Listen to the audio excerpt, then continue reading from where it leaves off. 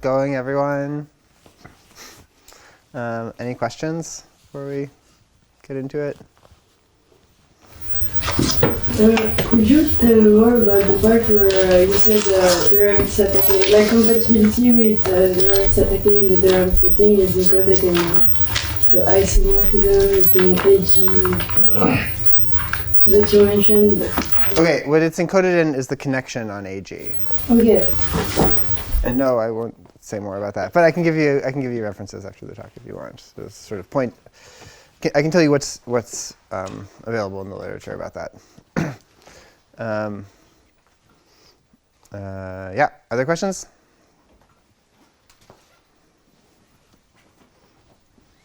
Okay. So today I want to start discussing the story in characteristic P.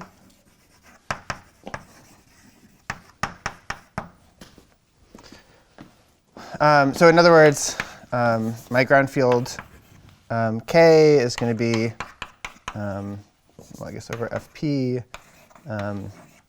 a algebraically closed field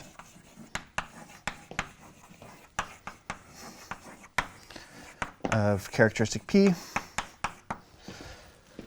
And sheaves is going to essentially always mean QL bar sheaves. And maybe sometimes I'll write E for QL bar, like on the first day. It's not recursive. It's just that my notation's bad. My handwriting's bad.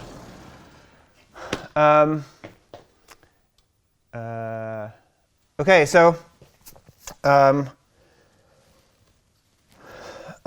so maybe the main background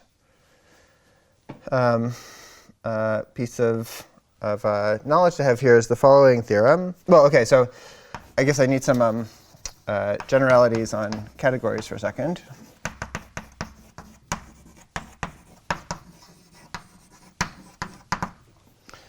So my derived categories are DG categories over this field E. So they're enriched over chain complexes over E that admit all small colimits. So they're, so to say, big DG categories. As you've noticed, I work with all modules, not just some of them. And these are presentable. And here there's this convenient tensor product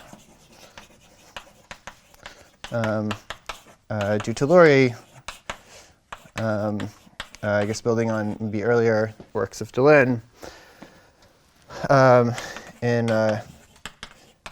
this setup. And so this makes this world of DG categories into a symmetric monoidal category. And you can do lots and lots of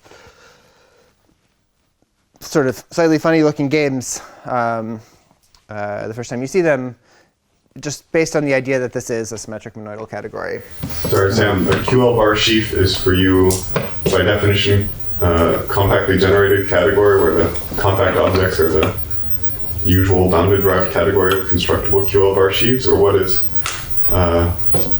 Yes. Okay. So let's say on affines. Yeah. On affines. Yeah. Okay, and then it's defined by descent. By descent in general. For stacks, okay. Yeah. Star descent. It doesn't matter. It doesn't matter. Yeah, because they're smooth stacks. Yeah. Because they're smooth covers. Okay. Yeah. Okay. Yeah, that's right. And maybe it's possible I'll sort of repeat that later in the talk, depending how the day goes. But yeah, that's right. So like for example, the category of sheaves on the point is QL bar vector spaces. The category of ZL sheaves for me on the point is like ZL modules. I've given one example, but in some sense it's already a non-trivial example because there's a question of would it be quasi-co of spec ZL or quasi-co of spoof ZL, Right. and I'm saying it's quasi-co of spec ZL. Yeah, and essentially that answers all such possible questions. QL sheaves are contained in the ZL sheaves, and it's the only reasonable thing you can do that has that property. For things like int schemes, it should matter, right? Whether you use star or streak. Yeah, and then of course I use shriek, number shriek. Yeah, that's the whole motto in this business. But I'm not doing int schemes; I'm doing stacks. So,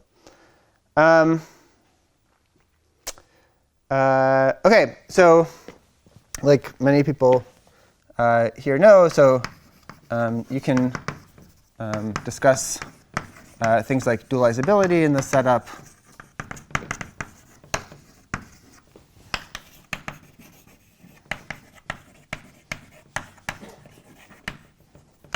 Like in any monoidal category, I'm writing symmetric, but it doesn't matter. Well, it matters a little bit. Simplifies many things. You can just discuss dualizability here, and one of the main examples is that if C is compactly generated, so there's a corresponding kind of small category.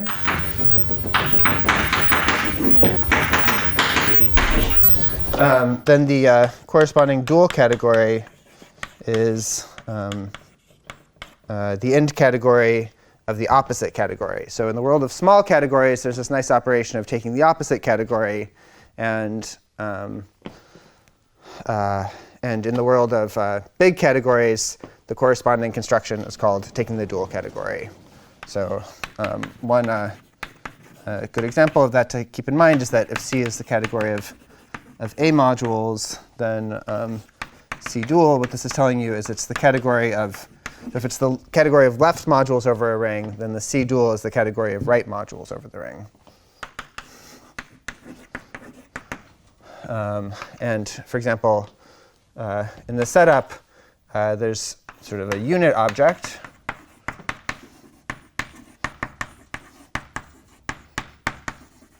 AKA an A bimodule. And this this unit object is just given by the object A, thought of as a bimodule. So that's, so to say, the co-evaluation for the pairing. And then there's this other operation going to vect. And so this sends a bimodule M to M tensor over A tensor A op with A, which is also generally called Hochschild homology, or Hochschild's chains of A with coefficients in this bimodule M.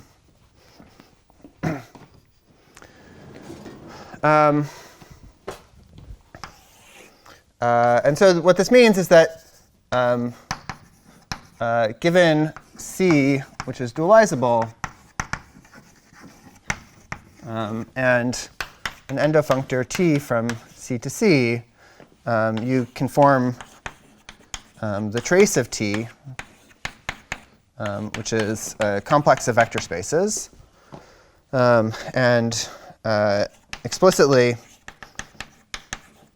you compute this just by sort of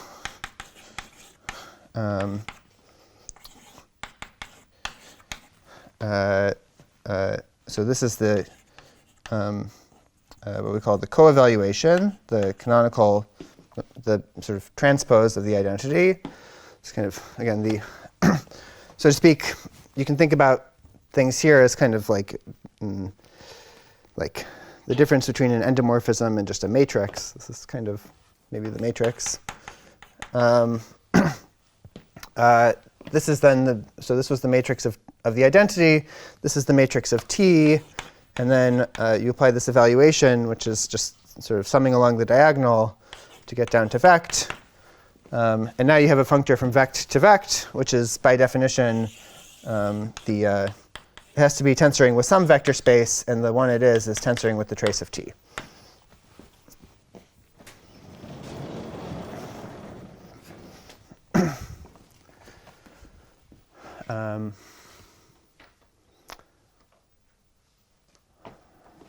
Yeah. So then,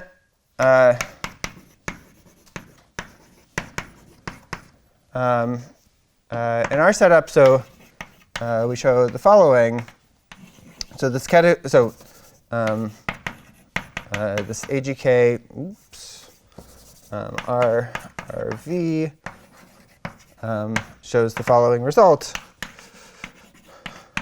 So the first thing is, so it's kind of a understanding of the duality theory for this Sheaves-Nilp. So Sheaves-Nilp Bun-G, first of all, satisfies a tensor product formula.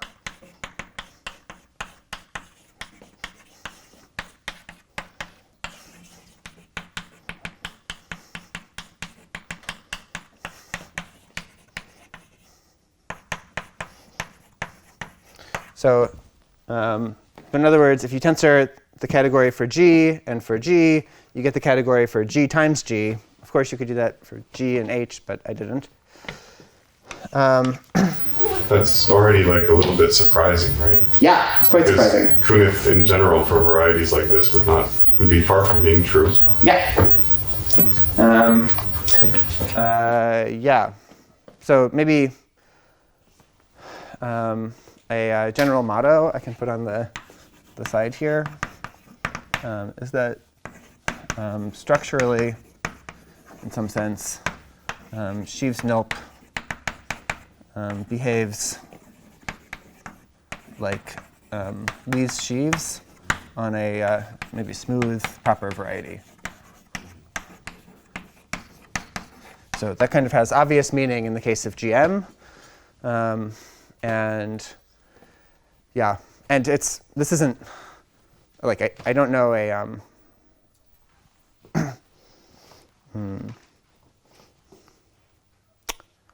There are many results in this category, but I don't know like some uniform. I mean, they all have kind of similar proofs, but it can be a significant point. But for example, Sheaves-Nilp satisfies invariance under extension of the algebraically closed field. That's also not something which is kind of typical for any sort of L-adic sheaves. Yeah, so nothing is obvious. Yeah. Yeah. And even so, you're saying not even wild ramification of any kind interferes. Yeah, that's what the theorem says. So there's also in the Platonic ideal of this talk, we could get to a place where wild ramification does interfere, but not with these sorts of results. There's a theorem in characteristic 0, which is that every object of Sheaves-Nilp has regular singularities. So that's also consistent with what you're saying. It's also proved in this AGK RRV series, again, using the same circle of ideas. Is that a series or a single long paper?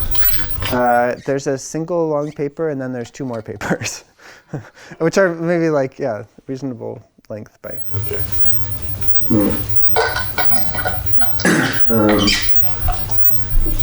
Yeah.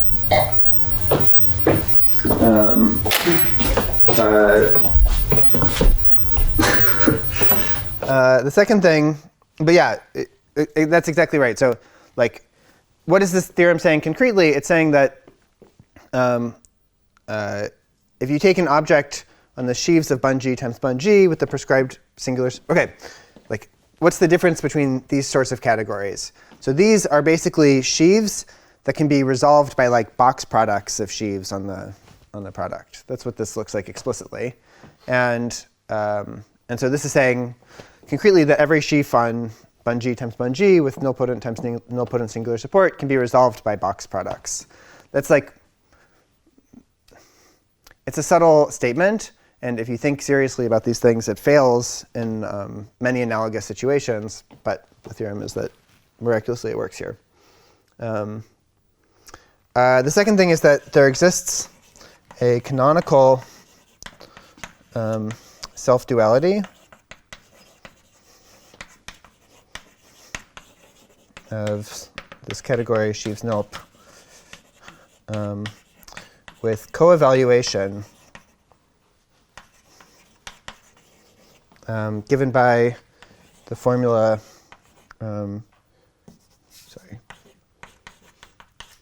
sheaves nulp on bun G, tensor sheaves nulp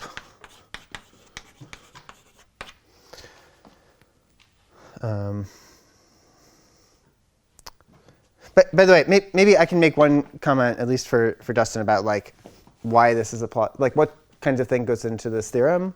So one of the main structural results about this category, this is sort of the one place where we really use the description in terms of singular support and not this like Hecke kind of property that I said, is the statement that this category is generated by taking skyscraper sheaves at k points in bun G, let's say Schriek skyscraper sheaves if you're like those things, and then applying spectral projectors to them. So acting as category. That generates, and so this kind of, in some sense, makes this theorem obvious, because if you take the k points here, those really are box products. And then you apply spectral projectors, and you'll land inside of this subcategory.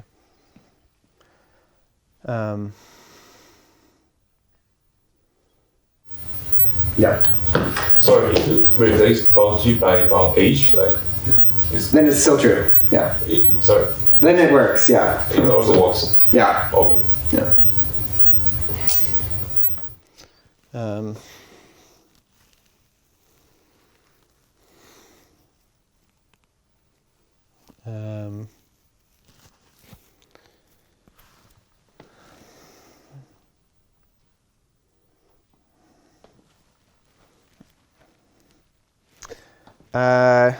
Yeah, in fact, you can replace.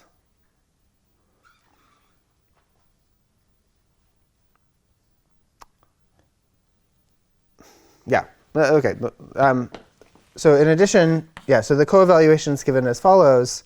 So you map this to sheaves on bun G, no control on the singular support, just by the usual tensor product of sheaves, which I write as tensor star because of my the evaluation. Thank you. With evaluation given by tensor product, followed by compactly supported cohomology of bun G.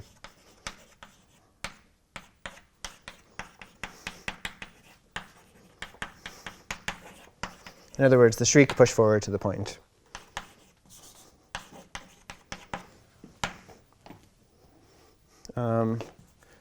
But we can also say what the evaluation is. The co-evaluation is I apply, I take delta Schriek of the constant sheaf in sheaves on bun G times bun G. Here there's an embedding, and I said before that there's an embedding with a right adjoint, which is given by, or the embedding has a right adjoint, and this is given by an explicit Hecke functor.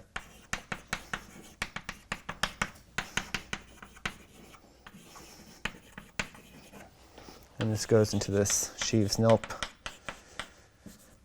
times nulp on bun G, and then I'm going to send that to this object, which is embedding.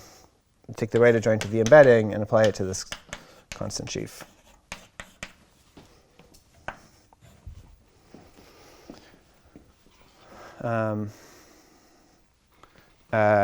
So in other words, it's kind of... You confused me with this sheaves nulp cross nulp bun G. Yeah, that's a fair point.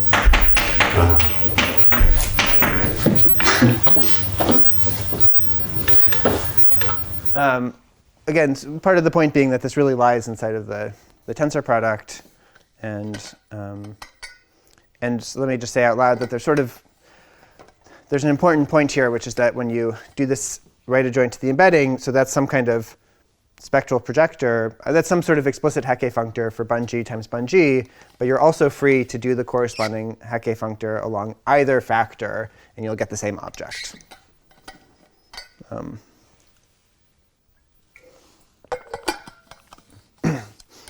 So this is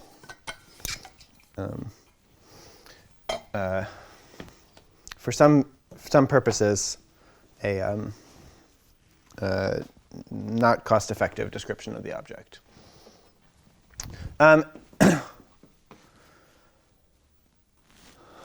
Yeah.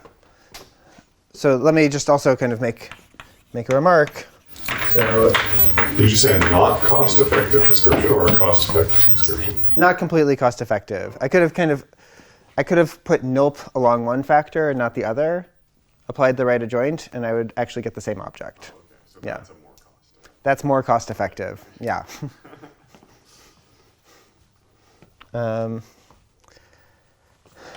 So usually sheaves on some kind of reasonable stack,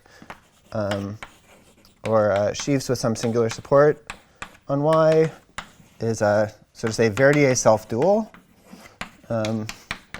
with pairing, which is very similar, but it sends a pair of sheaves F and G to the cohomology of Y with coefficients in the Schriek tensor product of these two sheaves.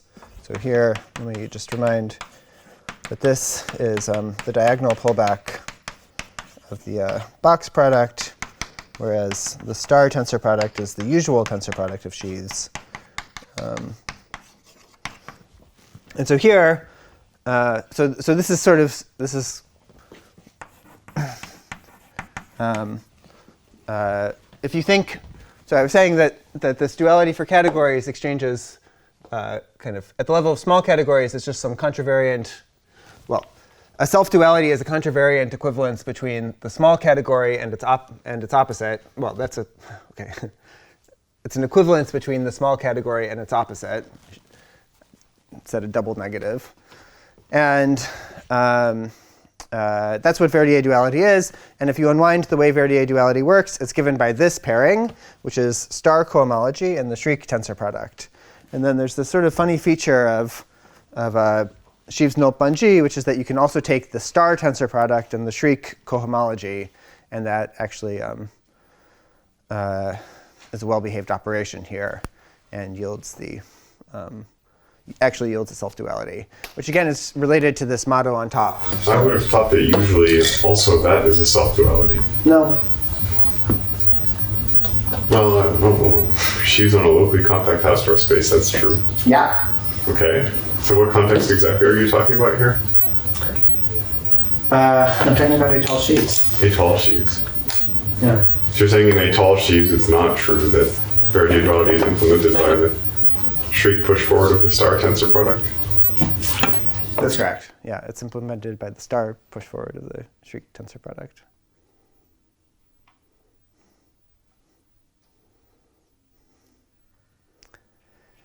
I mean, this,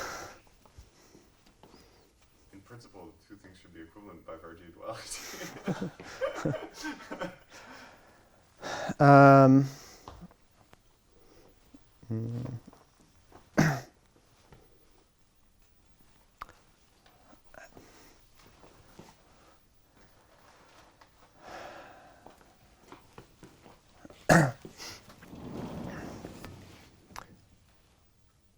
So I mean, okay, this is just a side comment, but concretely I'm just saying the following, like, what's the Verdier dual? It's sort of the universal thing that receives a map like this. Like this is sort of the characterizing feature of it, which by duality is the same as kind of having a characterizing map like this. And in general, if you have some DG category in its dual, and you have some kind of compact object in C, and there's kind of some kind of abstract notion of D, the abstract notion of Verdier duality. Maybe I should put this here, where I convert my compact object into an object here. And if you sort of think the way this works, this maps to the unit object inside of C tensor C check, the the co-evaluation maybe is what we've been calling it. Because that's the direction it goes in. So this is the co-evaluation in the context of Verdier duality specifically. It's just so I don't know. Somehow.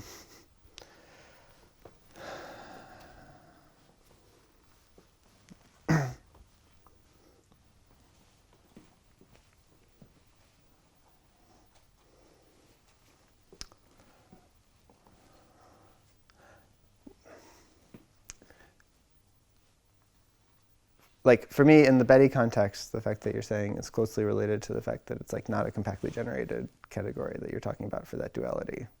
So it's a little. That duality will preserve sheaves that are constructible with respect to a reasonable stratification. Okay, let's discuss afterwards. Okay.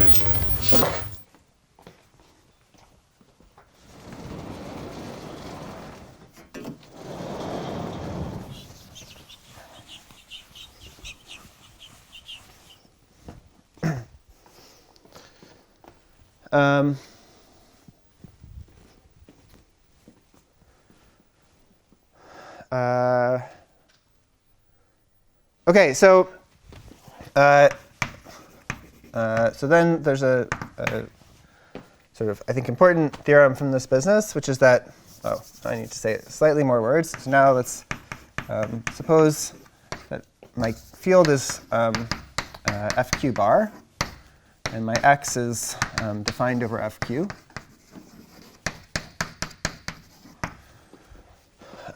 So in this case, let me recall that if you have some kind of stack over FQ, this carries a Frobenius endomorphism, just like all stacks over FQ do. And then this gives rise by base change to the geometric Frobenius from Y, which is by definition Y naught base change from FQ to FQ bar to itself. So this is the map which looks like raising to the qth power in terms of raising each coordinate to the qth power in coordinates. And this Y of FQ is going to be the fixed points under Frobenius. Let me just put phi.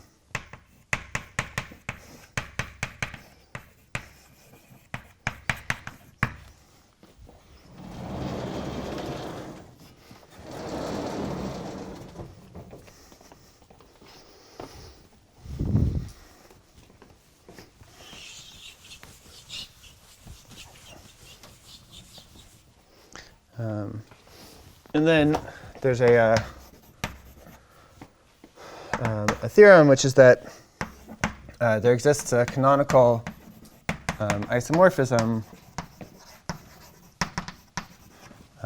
from the trace of this Frobenius map, so you can normalize it however you like, for Bun-G, acting on this category of sheaves with nilpotent singular support.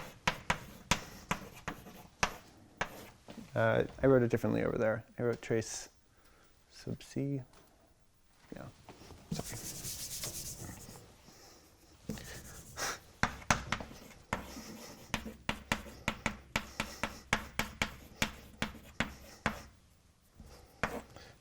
There exists a canonical equivalence between this trace and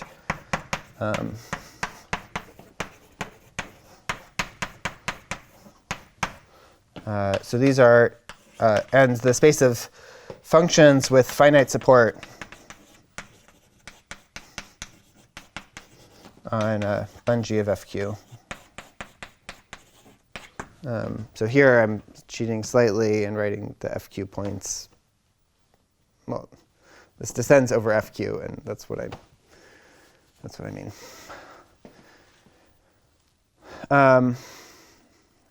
And these are QL bar valued functions.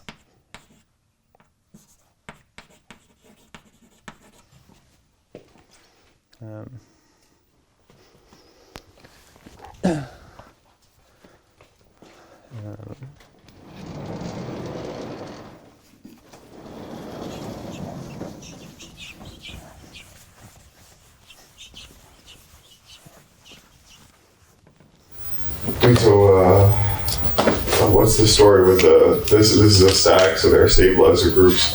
But what, can you remind me the structure of the FQ points? Yeah.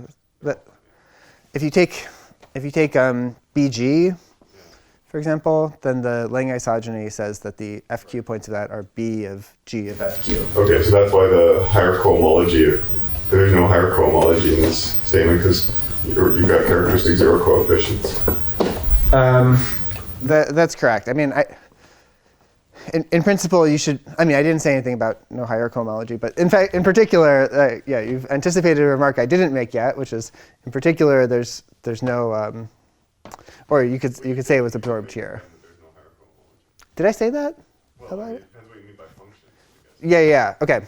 So if you worked with modular coefficients, I would expect this to work by just I hope more or less the same argument with some suitable refinements, and dealing with many significant issues along the way, but that here you would have compactly supported cohomology. So, I mean, that's sort of what actually this whole thing naturally produces. Kind of the basic idea. Okay, so let me comment about two things about this. So in the general trace formalism,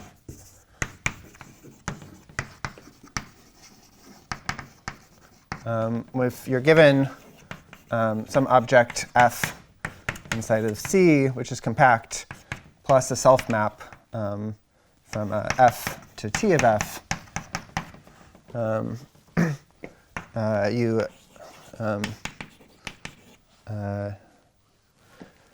maybe it's slightly more convenient to put. Okay, I'll ignore it for now. You obtain a point which is called the class of f, or the trace. Let me call it the trace of alpha, which is a point inside of the trace of T. So here, this is a complex of vector spaces, but any complex of vector spaces has kind of an underlying, so to say, set, which is only involves the truncation to degrees less than or equal to 0, the connective part of the complex.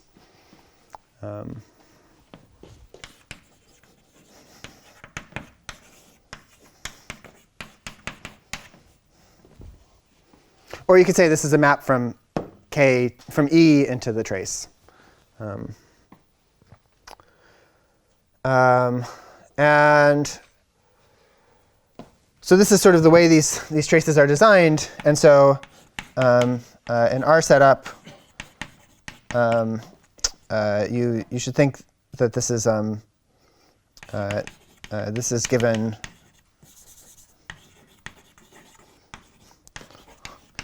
this sends a V sheaf on bun G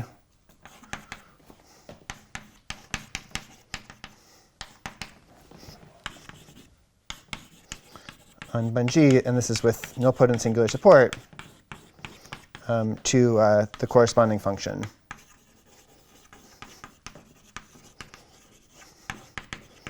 So, so there's this idea of Grothendieck that if you have a V sheaf on a variety that's a sheaf with an isomorphism to its Frobenius pullback, then there's a corresponding function which is obtained by taking traces of Frobenius, and this is supposed to be a kind of categorical enhancement of that, except it's not some general geometry. It's very particular to this situation of sheaves with nilpotent singular support. I think it would be very interesting to find other situations in which this phenomenon holds, but so far I don't know any. Second remark is that basically if you sort of ignored the this sort of right adjoint to the embedding above, the statement would be kind of obvious.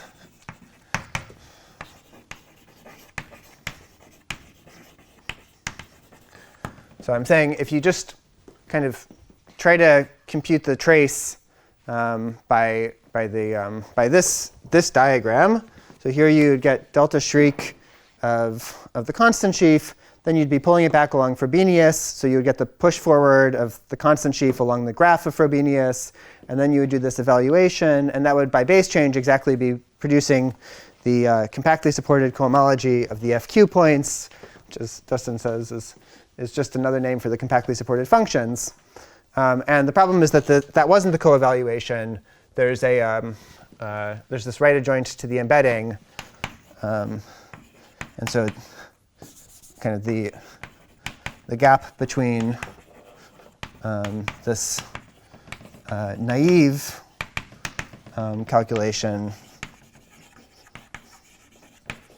or maybe, let's say, manipulation,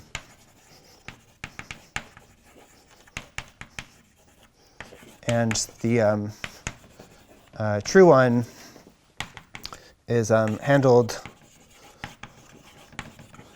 using a theorem of Conjouet that the cohomology of Stukas are locally constant, which are locally constant sheaves along the curve, which is itself proved kind of ultimately using manipulations with Vincent-Laforgue's excursion operators. So in other words, there's arithmetic input in some form that goes into the proof of this theorem. And what is the nature of the arithmetic input? Is it weights or is it? It's not weights. It was kind of the statement I just said, which is that so the thing we need is that if you take if you're given like a bunch of representations of the group, there's something which is called like the cohomology of Stukas attached to this data. So that's some sheaf on x to the I, where I was the indexing set. And the input that we need is that those sheaves are locally constant. Yeah, I got it. But how do you prove that?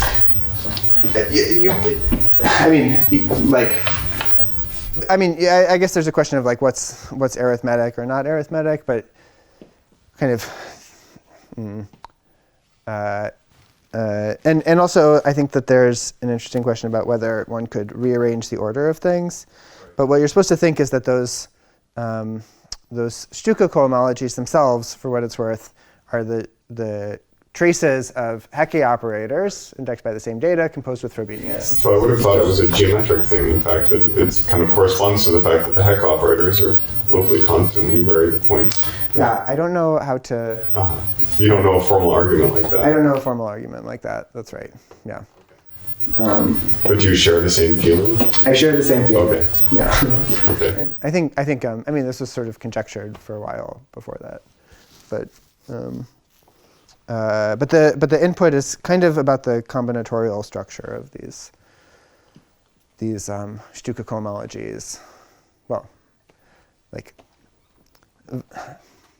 Vincent-Laforgue and then Zhang-Jue managed to prove many things that you would kind of expect from those sorts of naive heuristics, but they take some work with these excursion operators, like finiteness properties of these cohomologies and different things. And you can't yet recover their work by some trace of Frobenius. So a posteriori, we recover all of their work, but it goes through this theorem. Yeah, so if you black box this theorem, then there's a nice telling of the entire story. But it's not actually from first principles. It's something because of that input. Yeah. Other questions? So can you recall me how to get the element trace alpha? Sure. Let me do it on sideboard just for psychological reasons.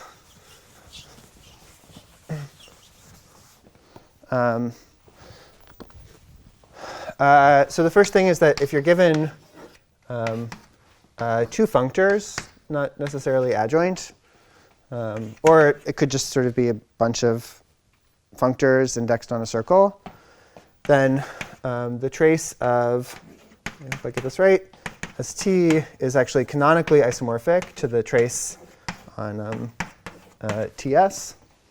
And like one way, just for what it's worth, what you can calculate is that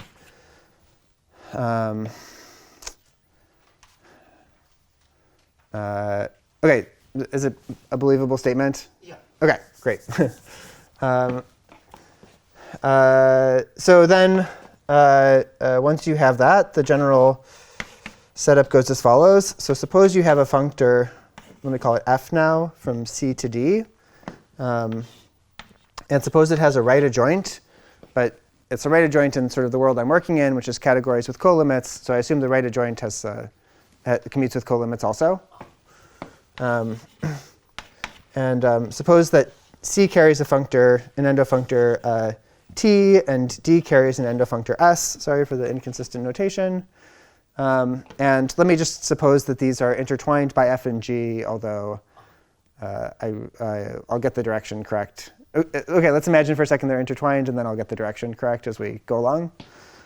So in this case, I claim that there's an induced map from the trace of T to the trace of S. So this is a construction. I'll give this map. And what is it? So just by functoriality, this maps to the trace of T, and then what I first do F, and then do G.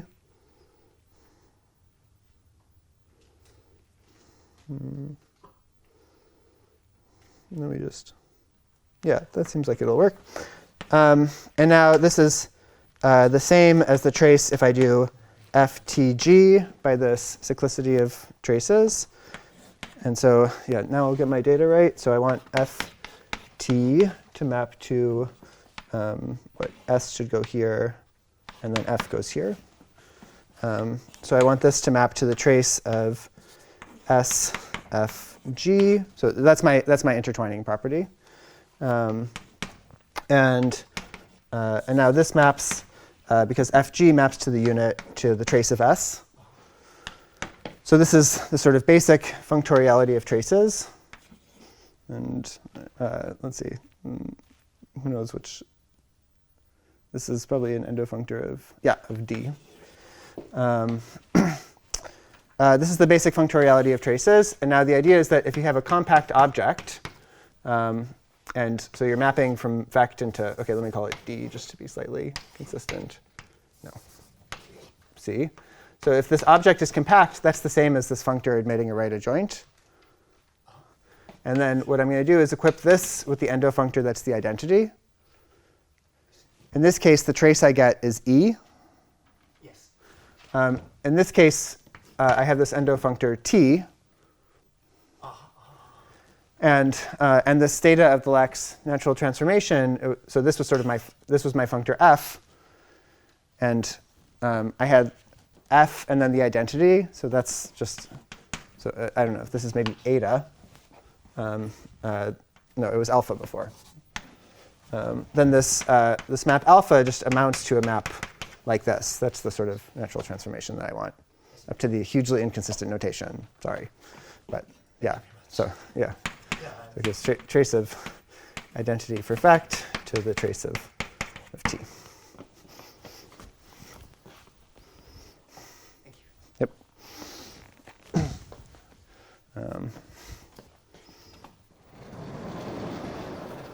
But I'm still over here. So how about non-compact objects? For example, non-compact Leishi. They don't. Well, so for example, if you took the constant sheaf, it doesn't give you a function with finite support. So yeah, it does, there's something.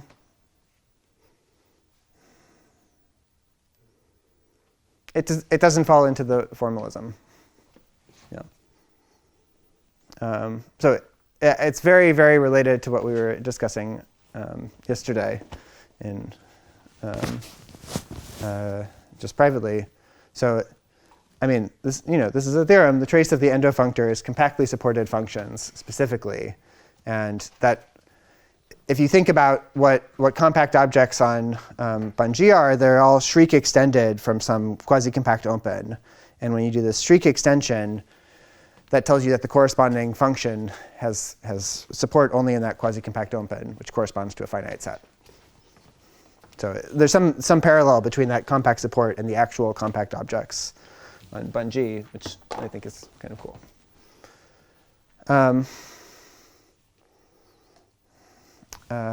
Other questions?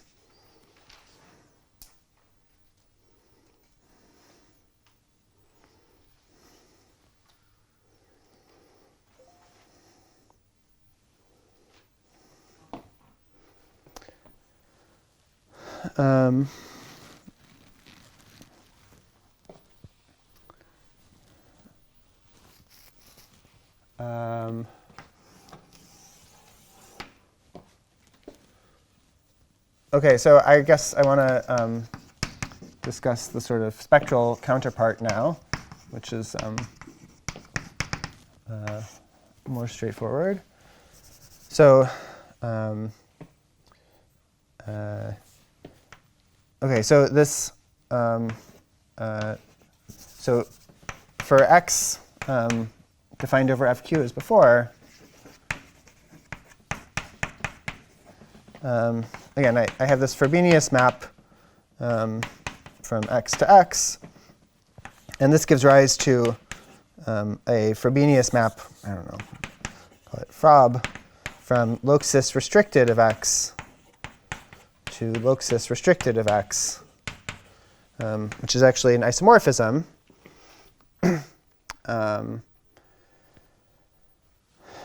Because pullback along this map is an isomorphism for in the category of étale sheaves.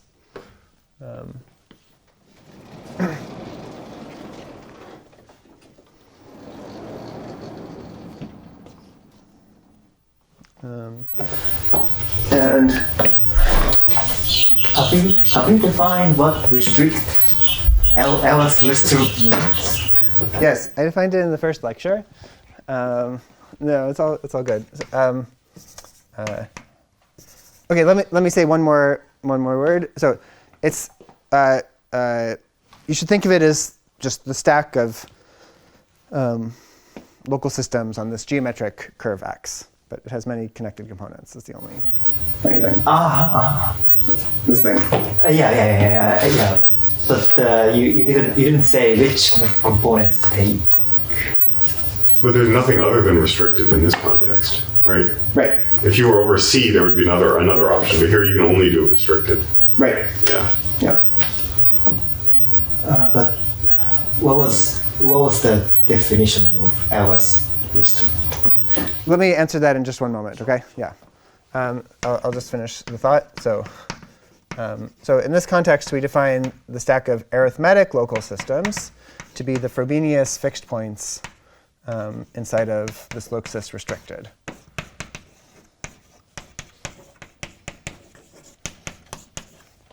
And so this is equal to the stack of restricted local systems plus an isomorphism with their Frobenius twist. And this is also sort of, you can roughly think of this as the stack of representations of the Weil group of x into this G check of QL bar. What do you mean rough? Is it exactly that? Yeah, it's exactly that. But I guess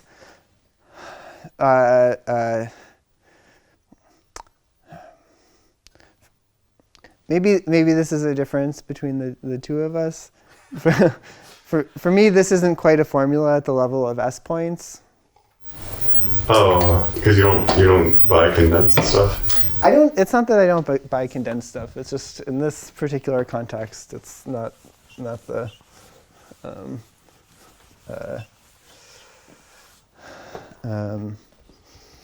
It's not the language I use for it.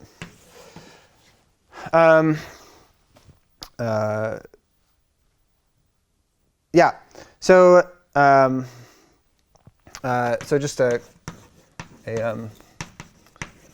quick reminder is that if you have S mapping to spec A, then the definition was that a map from S, well, maybe let me just say it in general. If S is a test scheme, then a map from S into this loxis G check restricted was by definition the same thing as a functor from rep G check into this category called least sheaves on X, tensor quasi-co of S. So this was supposed to be symmetric monoidal. And then there was this just silly condition that it should be right T exact. And this Loxis arithmetic is similar,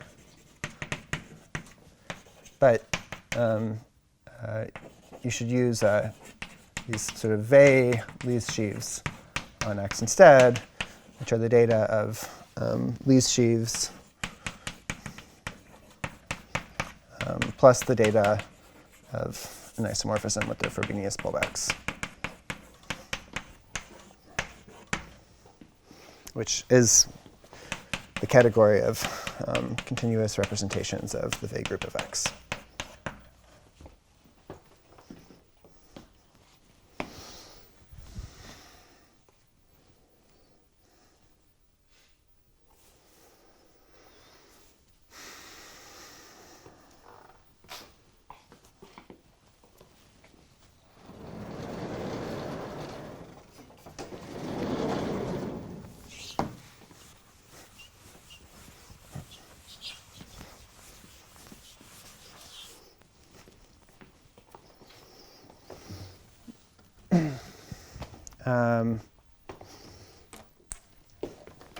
Did that answer your question?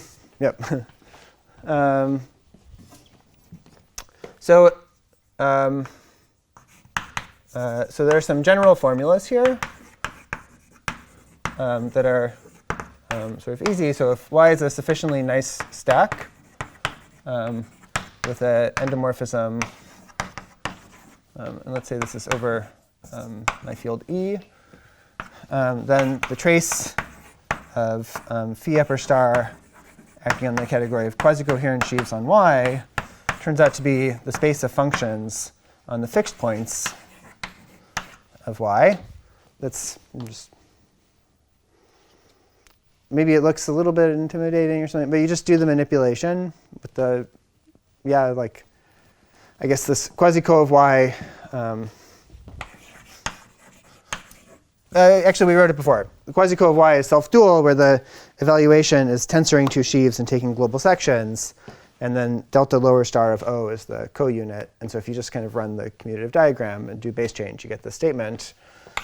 And similarly, if you compute the trace on int co, and here the natural functor is upper shriek, then this is actually global sections of the fixed points with coefficients in its dualizing sheaf.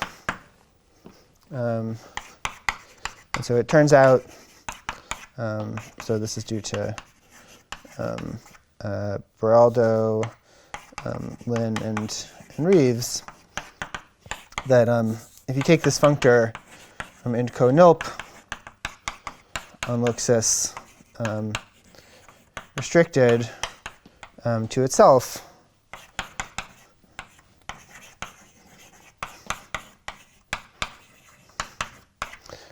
this gives rise to an isomorphism on Frobenius traces.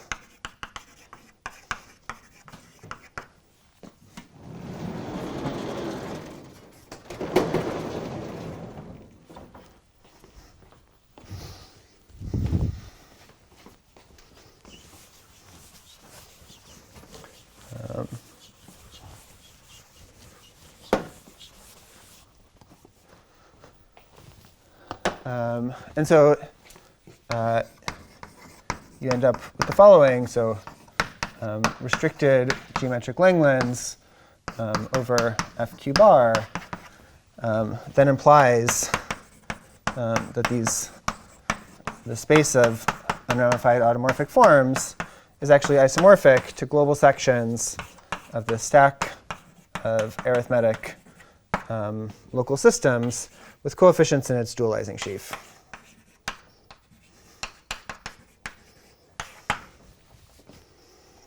And let me make a remark.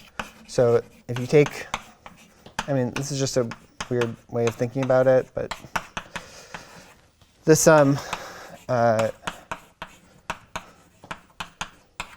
this embedding gives rise under these Frobenius traces to a map, really O, let me just say it at the level of sheaves, from this stack O to omega, which you should think of as almost an isomorphism.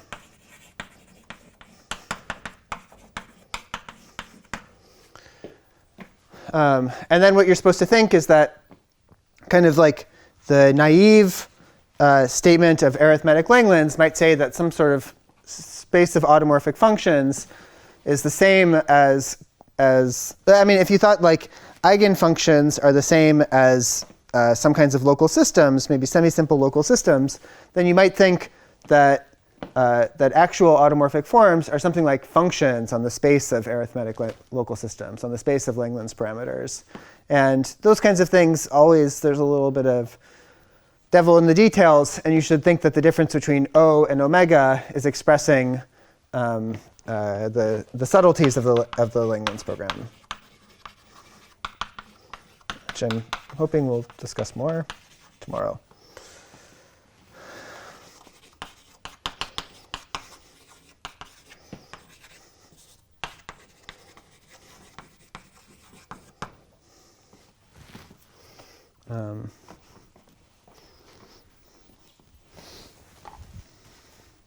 So I know Dennis always likes to say that if you ask a caveman what the Langlands program says, it would say, the caveman would say that automorphic forms are the same as functions on log_sys arithmetic.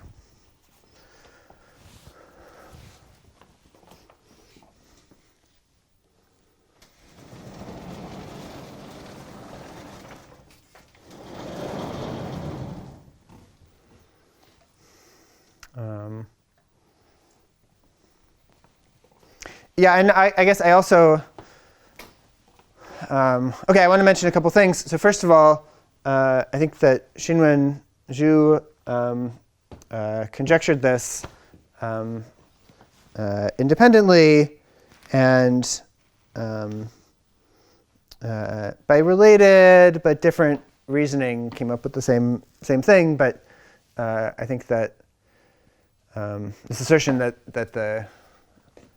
the isomorphism comes from is secondary to geometric Langlands is something in our work. And the other thing I want to say is that for me, there's always kind of a big mystery of what does global Langlands actually say.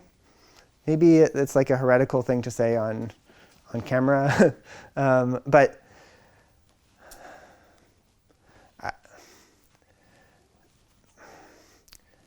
the usual assertions of global Langlands, especially for general reductive groups, are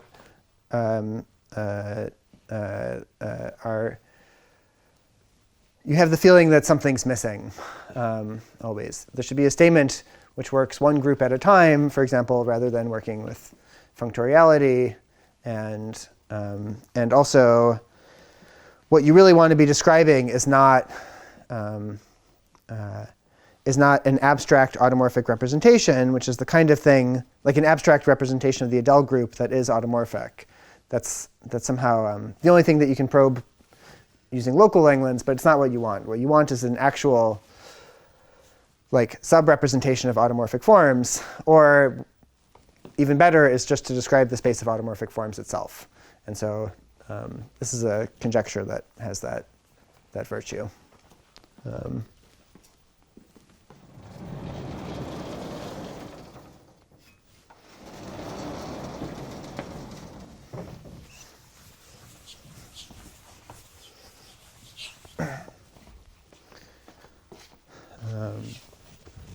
OK, and so now I want to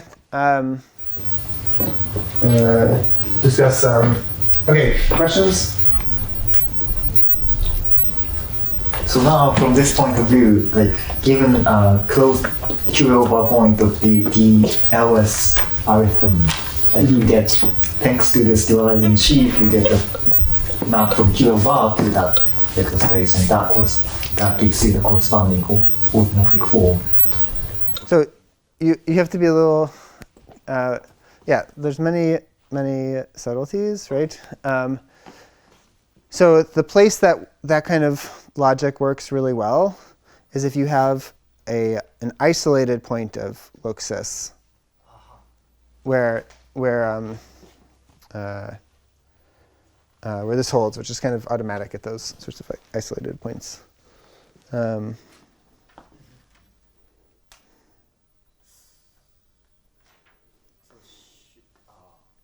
we prove up the generalizing sheaf to that point? So, but the point is if you there's some covariance, contravariance stuff that's happening. So usually if you just have a point of loxis, or if you have a point of a stack, you don't get you're trying to take the delta function at that point, right? Which doesn't really make good sense in algebraic geometry if you have a one-dimensional variety or higher dimensional, if it's not a point.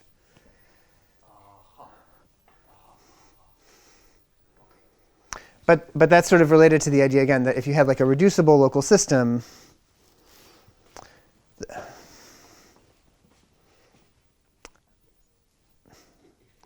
if you have a reducible local system, let's say you have a semi-simple local system, you would expect that the corresponding maybe function, if there were such a thing, to be given by some kind of Eisenstein series, which wouldn't have compact support.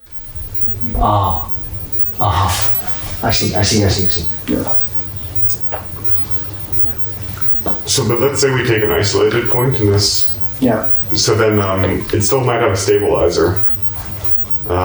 So then you're getting that. So then you have some. Okay, the stock of your omega at that point is just scalars.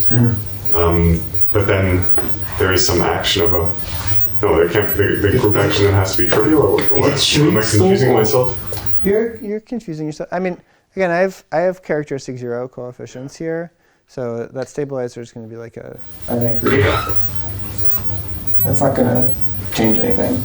Stabilizer is a finite group. So you're taking functions on the classifying stack of a finite group. Right. Which is am I taking that? Yeah. Okay.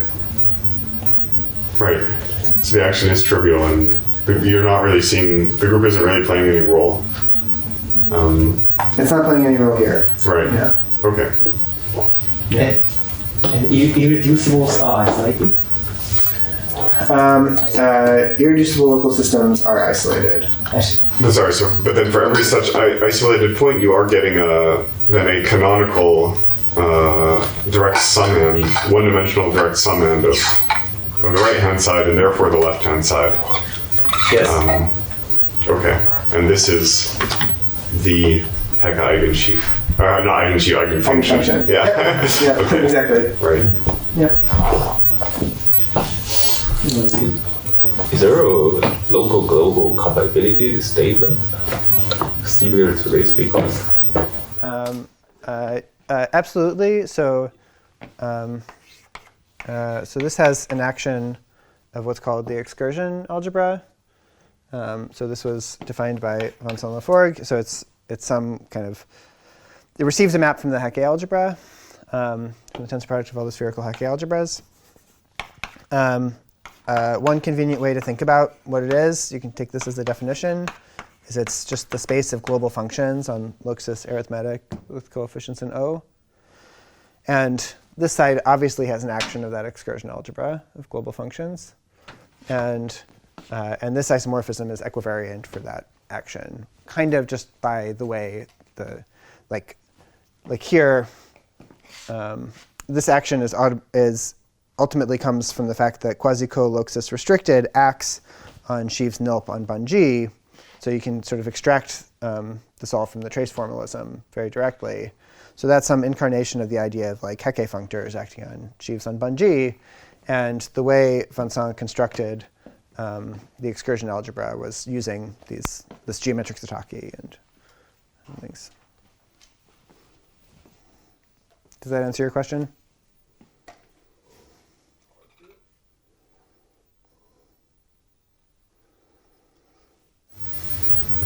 but the arithmetic setting, in truth, there's a map from global parameter stack to local one. Yeah, but here everything's unramified. So there should be a more sophisticated setup, and it should be that that local global compatibility is built into the way things are ultimately done. One hopes, but that's all. But here, the only local global compatibility you can really say is about just the spherical Hecke algebra at every point, or this refinement to the excursion algebra. But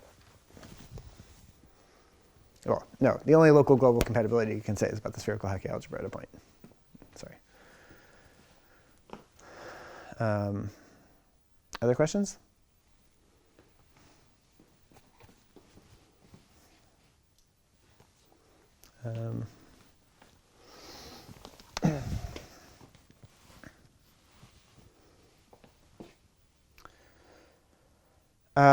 Okay, so now I want to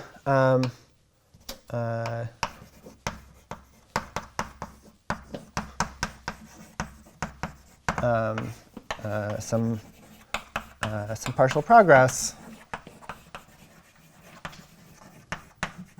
on GLC in the restricted, well, in characteristic P. And so this is all with Dennis. I guess I'm supposed to write his last name.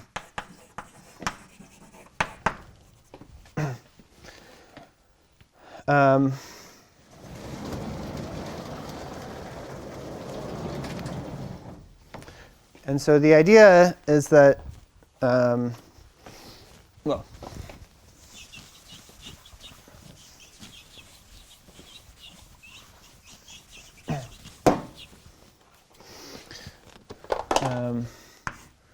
so let me say a little bit what the idea is. So suppose K is a field, is an algebraically closed field of characteristic P.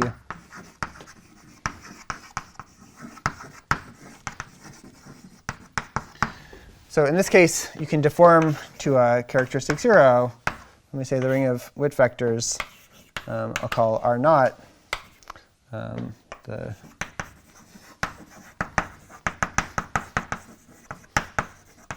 So I'll just remind that Witt vectors for Fp is Zp, and in general, it's the ring of Witt vectors for an algebraically closed field plays a similar role as Zp plays to Fp. Let me take K naught to be the field of fractions of R naught, and then I'll take K to equal the algebraic closure of K naught. And let's say I take R to equal the ring of integers in K. So general theory, so deformation theory, there's a standard lovely fact in deformation theory which says that this x, which maybe I'll write as xk sometimes, deforms to a smooth projective curve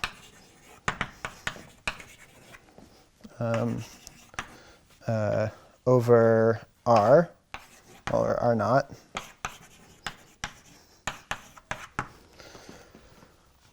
Or you could just apply the same argument to R.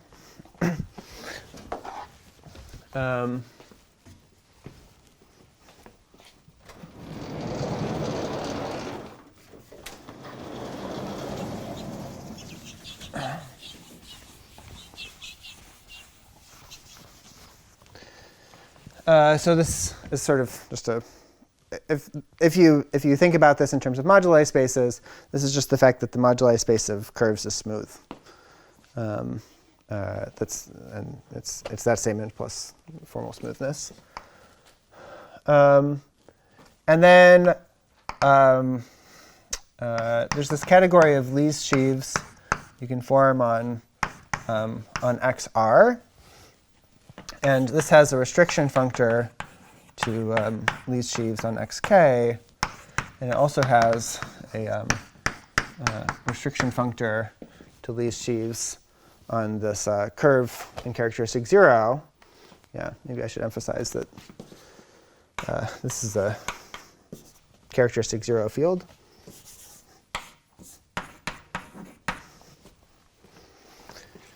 And the theory, so Grothendieck's theory of specialization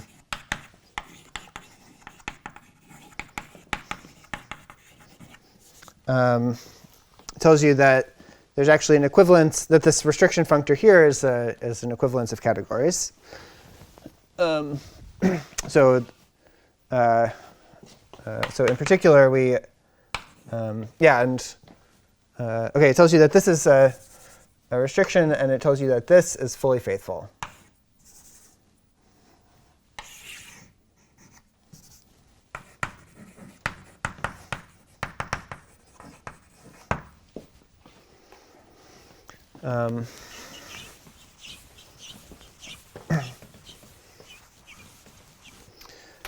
So just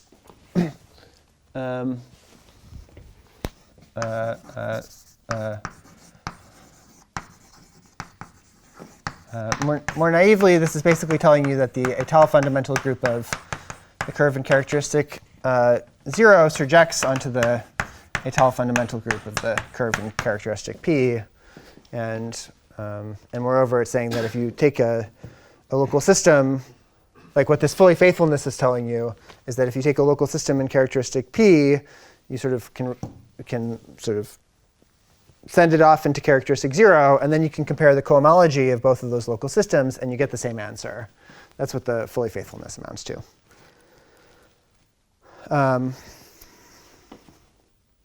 Questions about that?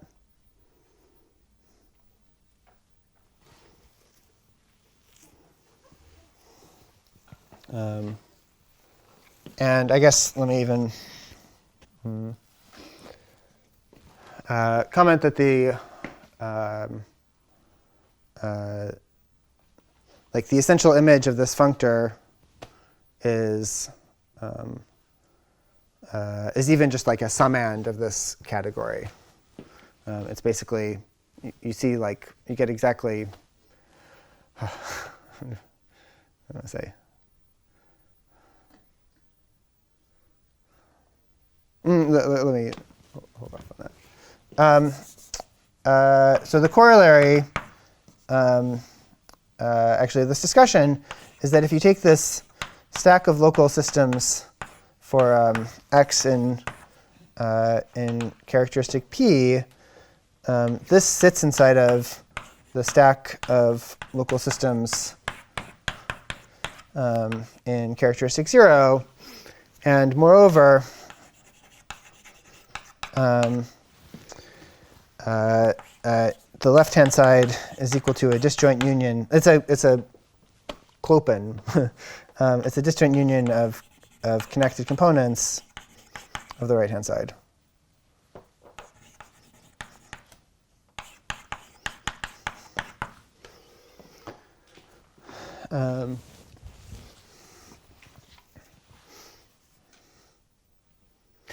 Yeah, and maybe just for people who haven't thought about this before, there is like a sort of significant difference between these two things.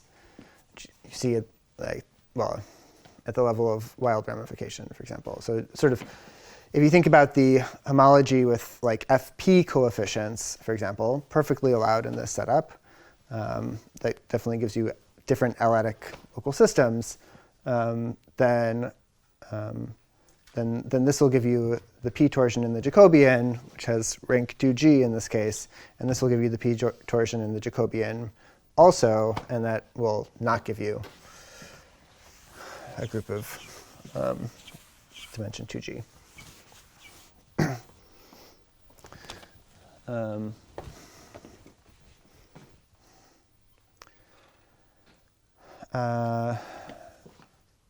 Yeah, so all of this suggests that the characteristic P theory ought to all be contained inside of the characteristic 0 theory.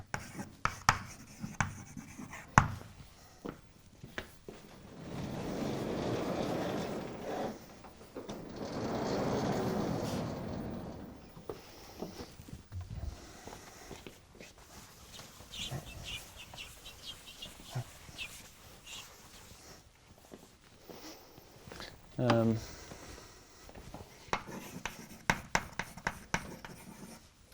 so now let's suppose that Y is a stack that lives over this ring R naught. Maybe I'll write this. So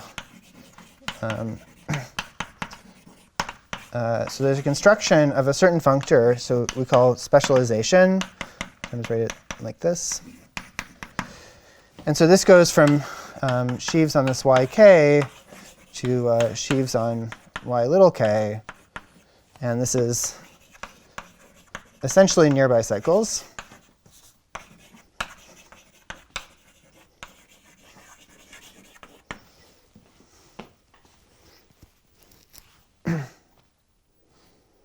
Dustin, how much detail would you like on the construction of this functor? Me? Yeah. What? You're just a test. You speak enough that you get to. OK, how much detail would people like about the construction of this? I just trust you to actually give an answer to that. Okay, but I'm just one person. But you're. Loud now. I know, that's the great thing.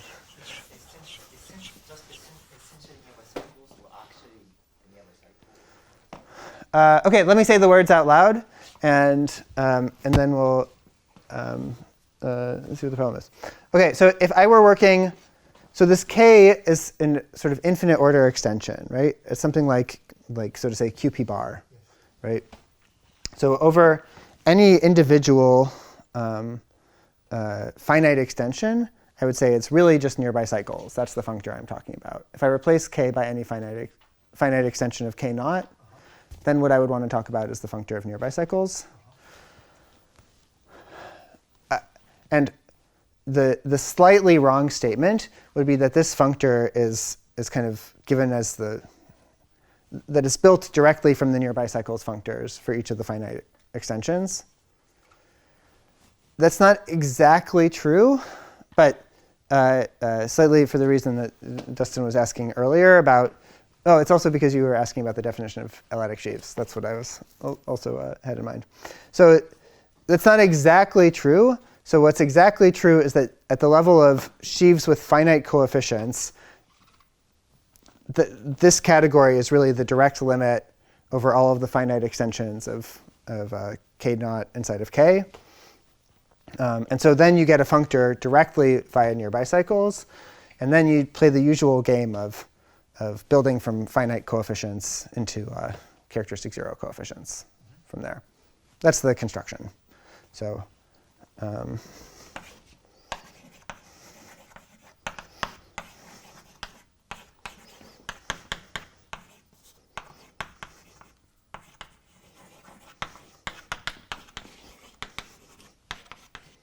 okay.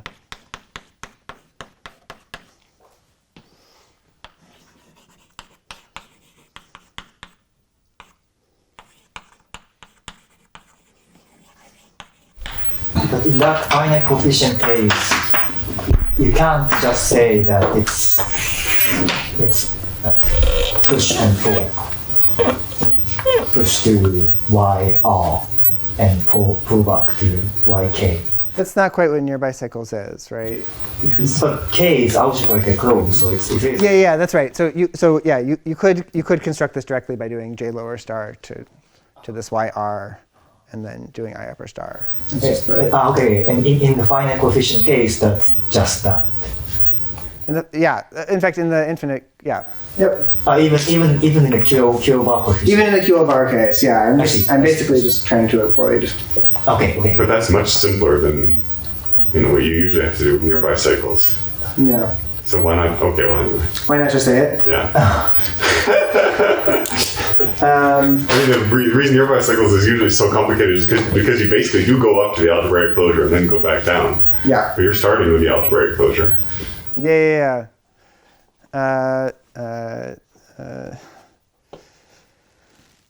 No, I mean, it's fair. It's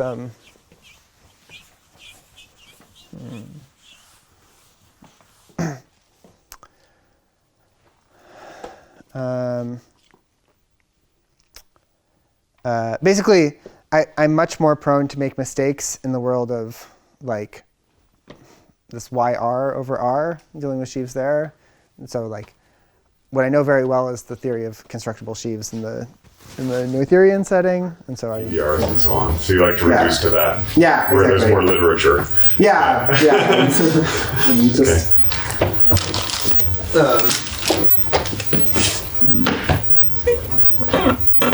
in fact, there's okay literature here. It's just like, you know, have more familiarity with it. So the so the specialization functor behaves just like nearby cycles.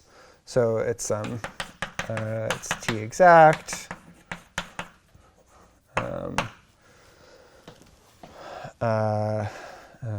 It, I don't know, commutes with Verdier duality. It has various natural transformations.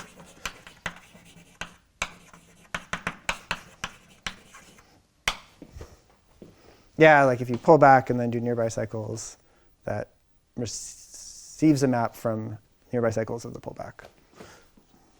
Well, depending what you mean by pullback. No.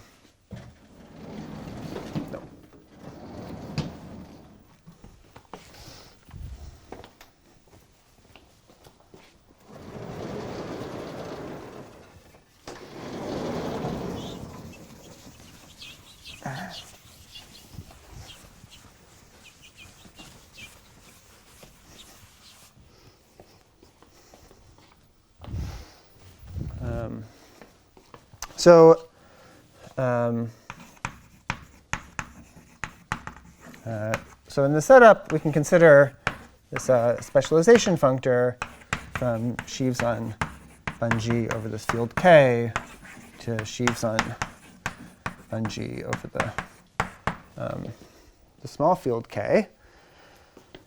And so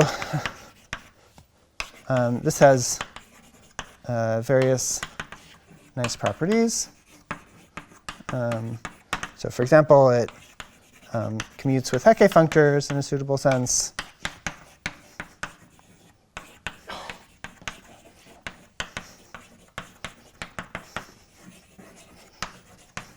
So this is just the idea that Satake sheaves are sort of going to be, well, there's this phrase, universally locally acyclic,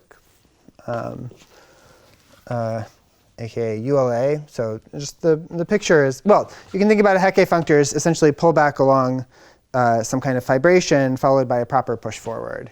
And so each of those are going to commute with nearby cycles.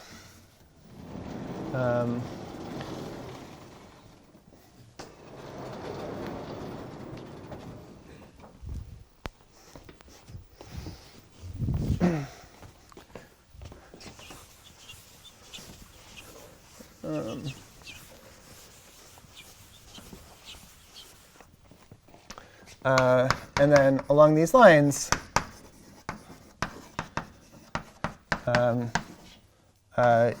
well, or sort of actually just not even along these lines. Let me say, as a consequence, this specialization functor sends sheaves nulp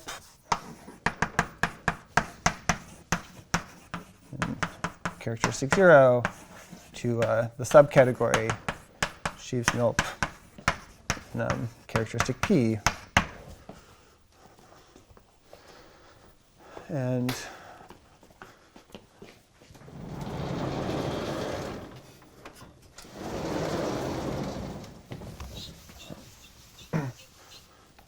then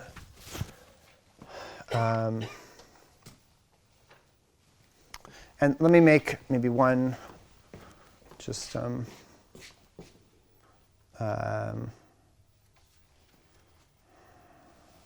say.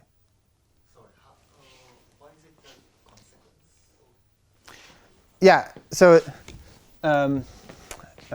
why is it a consequence? So there was I think I didn't write this formula on the board, but there I said before that there's this sort of characterization of Sheaves NULP using Hecke functors. And so one version of that is that, I forget if I wrote the formula on the board or not, but Sheaves NULP, it's exactly the category of sheaves on Bun-G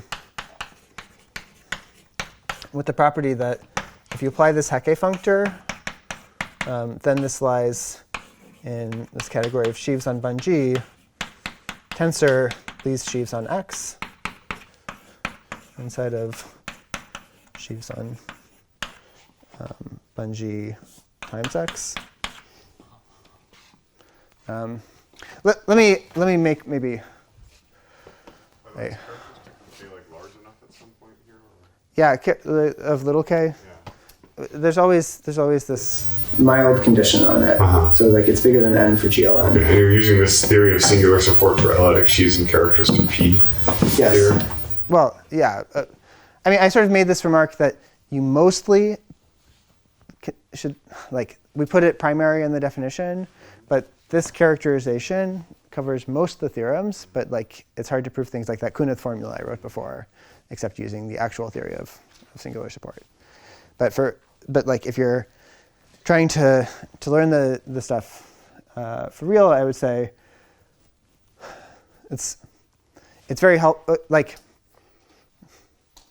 99% of the proofs in the subject go by like first translating into this formulation. Of the proofs of like serious things go by translating into this formulation and then proceeding.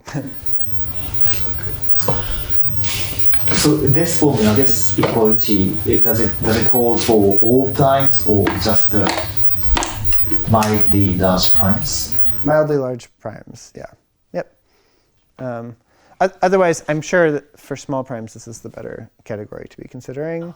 I just don't know things like that it's invariant under extension of the algebraically closed field, for example. Those are the kinds of things you would want to be able to answer.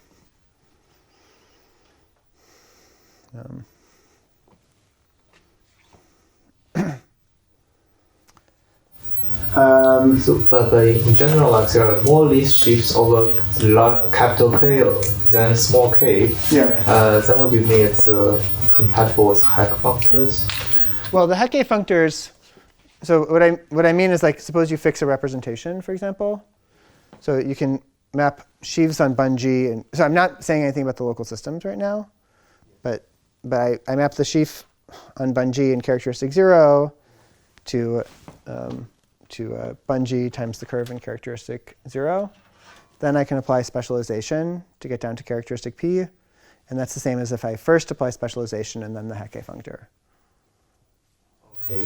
But now if I know it has nilpotent support over capital K, then I know it's given by tensor with a least sheaf over X capital K, but then it's not clear why it comes from small k, least sheaf over.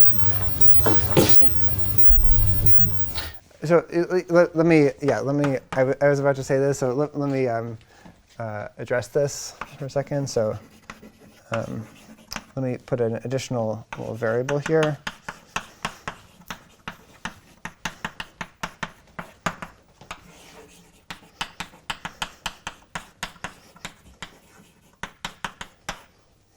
But then I'm going to restrict it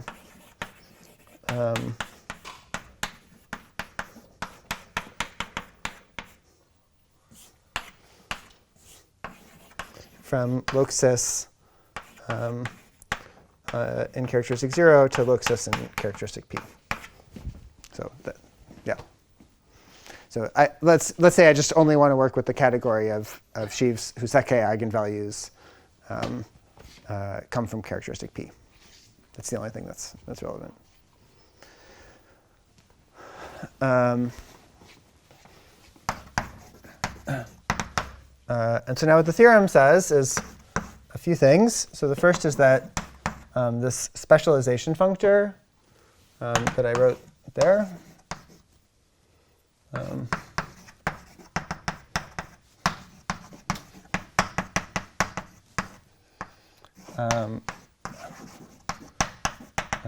maps as a quotient into the version in characteristic P. So this, let me just remark that this should be an equivalence.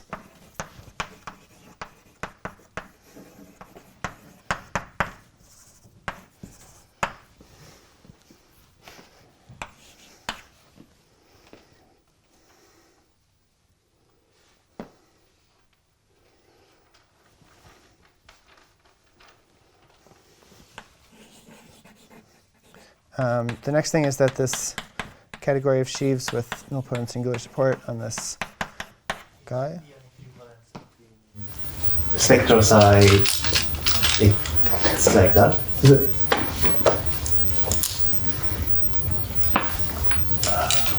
So like in the core tensor cross go over cross equal, that thing is just in the core of the special fiber thing. Yeah, exactly. Yeah, I guess like the.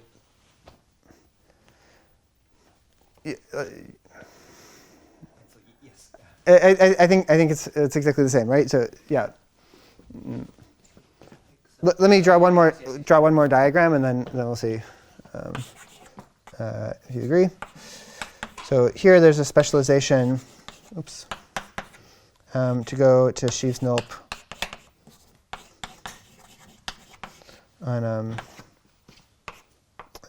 bungee with little k coefficients.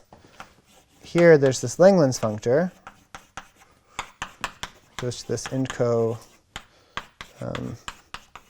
nilp of loxis g check xk. On the other hand, basically I have, let me put a little k here.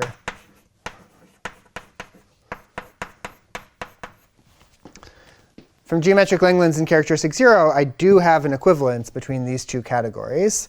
And the statement is that this diagram commutes, or this is the specialization functor.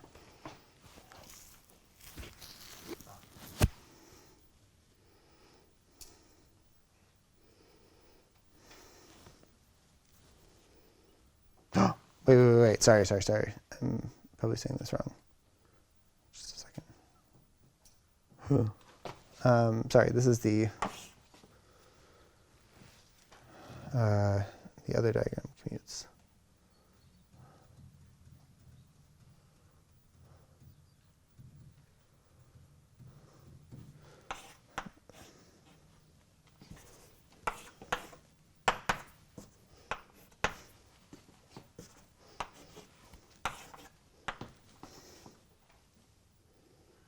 Sorry, so this is the left adjoint.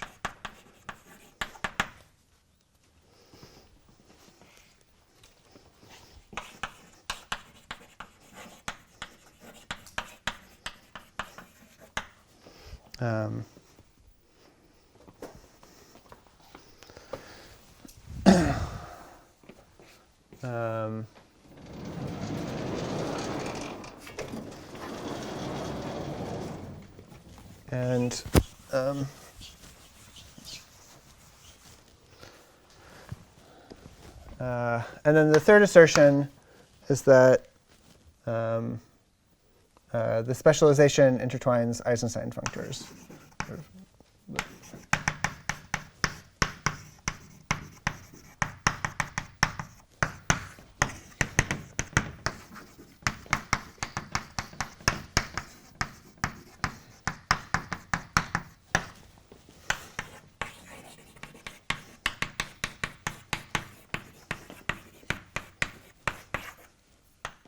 Nope. No, what am I doing? Okay. Like this.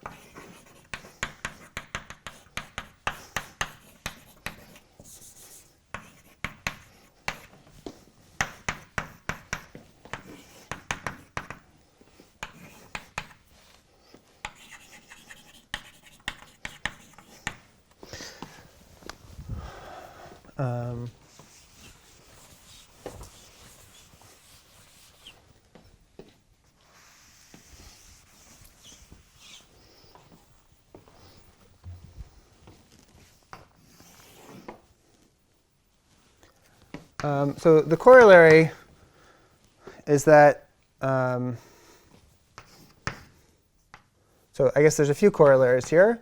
So in characteristic 0, you get that this left adjoint, which you have to argue that it exists, or you can pass to the dual functor, maybe is better to say it. But this left adjoint is a quotient functor, or what's the same is that the original functor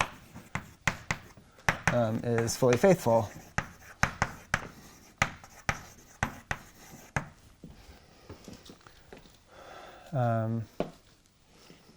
And slightly more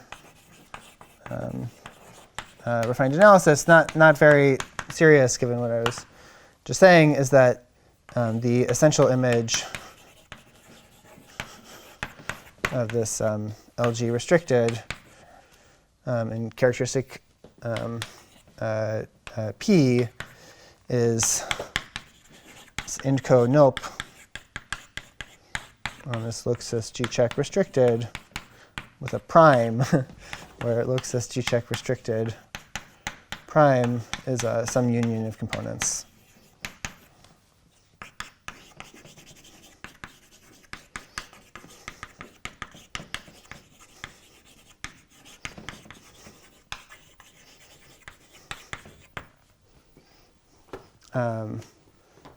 For example, if you restrict to irreducible local systems, then these are the local systems where a Hecke eigensheaf exists. That's not a. That's what this is telling you.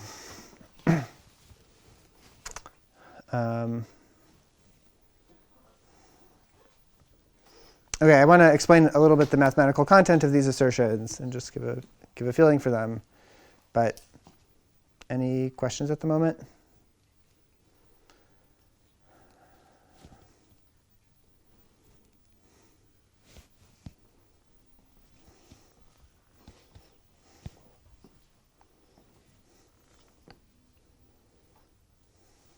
So what this philosophy says to do, just as a comment, I feel like people are catching up. What this philosophy says to do is that if you want to try to consider, one of the many ways you could try to construct a Hecke eigensheaf here is you can take the Hecke eigensheaf in characteristic 0 and apply nearby cycles to it. And the hard part is to show that that's non-zero. And that, for me, is the place where there's some serious wild ramification that enters in. And in a dream world, maybe where we had complete control over singular support and mixed characteristic, you might imagine being able to show that directly. But it's a... So when you say the theory of singular support in mixed characteristic, you don't have to care about ramification along the special fiber pattern. Okay, so Saito's been developing a theory of singular support and mixed characteristic. But that's primarily for the ramification along the special fiber. That's right. However, I haven't ever written any formulas on the board that involve singular support and mixed characteristic.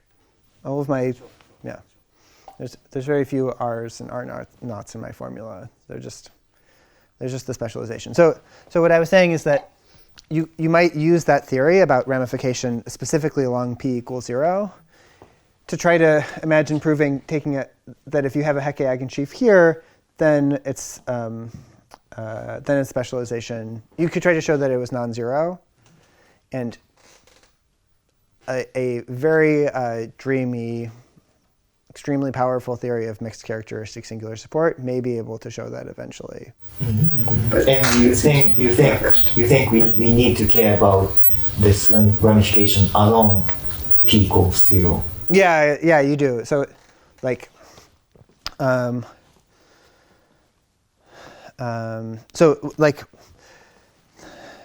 okay. What you have to do is, for a given irreducible local system, you have to be able to construct some kind of Hecke eigensheaf. So what you're, what I would say is, like, if you have this local system, it's just kind of a little comment, but if you have this local system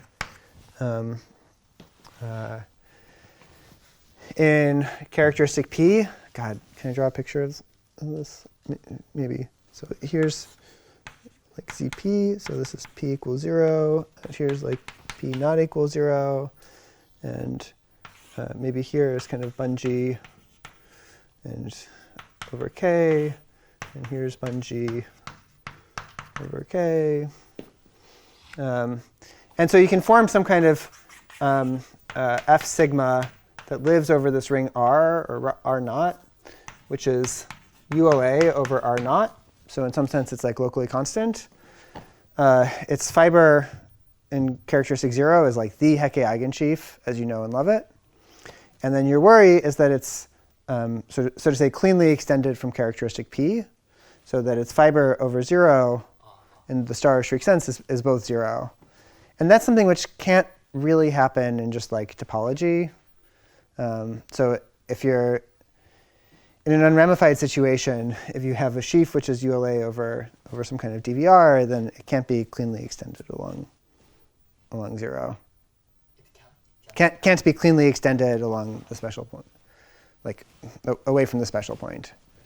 And so your enemy is some kind of wild ramification. So,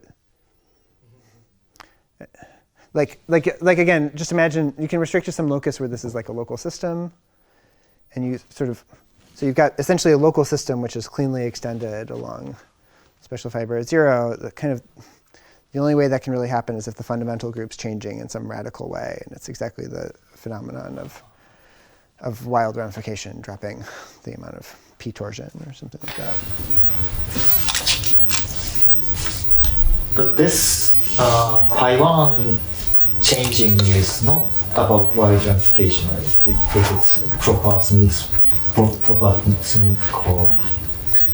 But that's not, you're not dealing with a proper smooth curve anymore. You're dealing with some sort of wild open inside of bungee. So it's as bad as anything. Yeah.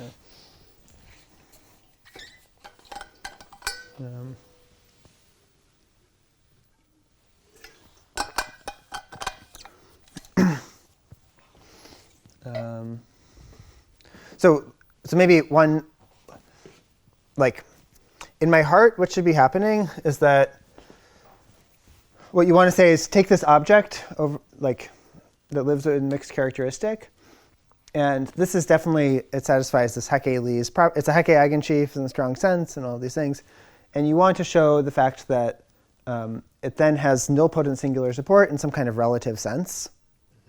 And what that would imply is that its restriction to the sort of like locus of very stable bundles is a local system. And in particular, its restriction to characteristic P is non-zero. Like if you find some big open inside of here where it's a local system, then of course its restriction is non-zero. And unfortunately, the proof that this Hecke-Lees property implies the nilpotence of singular support uses a lot of stuff that, a lot of theory of singular support due to Saito in building on Valenson in characteristic P, and also it uses like nearby and vanishing cycles in a way that it's hard for me to make sense of in mixed characteristic. So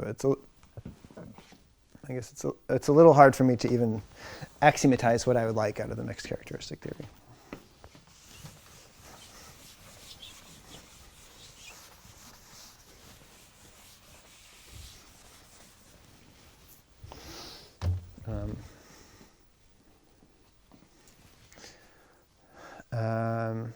Okay, so so that's the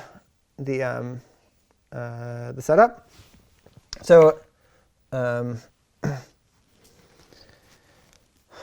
so here's the overall idea of the proof. So let me first make a comment about 2, because maybe it's the simplest one where these ideas play out. So you kind of essentially, the main content is that this specialization sends the Poincare sheaf in characteristic 0 to the Poincare sheaf in characteristic P. And because if you sort of imagine just by kind of using the Hecke linearity, all of this is very linear. You replace this with quasi-co, and then this is along this map, it sends it to the Poincare sheaf, and along this map up above, it also sends it to the Poincare sheaf. And so the commutativity of the diagram is exactly that the Poincare sheaf goes to the Poincare sheaf. And what you really show is that if you deal with this Poincare sheaf over R naught, that this is ULA over this ring R naught. So ULA is some kind of, I've mentioned it a few times in this talk, it's one of the big themes. It's sort of expressing the idea that it's locally constant in some form. And this is not such a far-fetched assertion.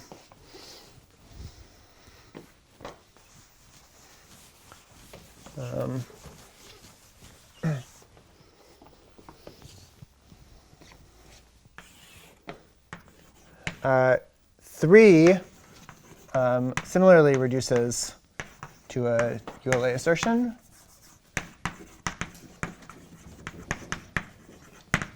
So this time, what you do is you take J from bun B into its compactification, and the content is that if you take this J lower shriek of the constant sheaf on bun B, working over this R naught, that this is ULA over R naught. Not just B, but P, and then you're supposed to write a tilde here instead of a B.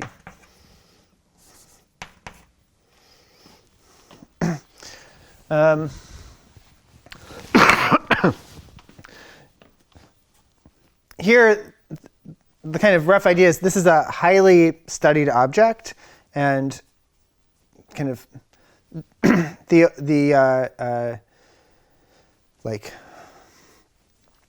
the main point of that theory is that kind of the geometry of the space, it looks global in terms of the curve, but there are actually like local expressions on the curve that describe it all. This is part of that theory of Zastava spaces that I mentioned a couple days ago. And so it turns out that there are sort of these purely local models on the curve that describe this geometry. And in some sense, by staring at those models, you can sort of deduce this theorem. And then let me make one comment about one, which is, for me, the most interesting of these assertions. So what we show is that if you take the constant sheaf on bun G over this ring R naught, we show that this is ULA over R naught. So that's the geometric input. And so this is, so let me just say, this is using Zastava spaces. And this uses Simon Sheeter's sort of variant of, well, maybe I should just call them local models. So it's a,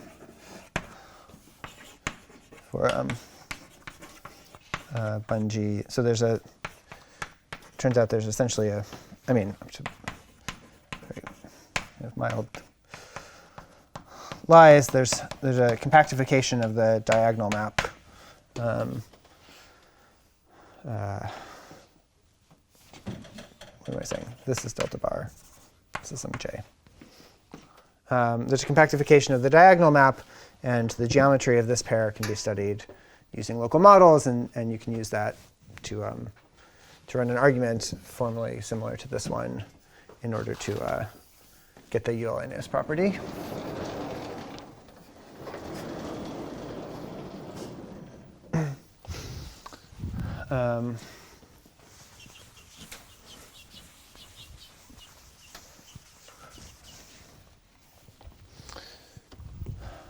Oh, I'm not supposed to erase that, am I? Sorry.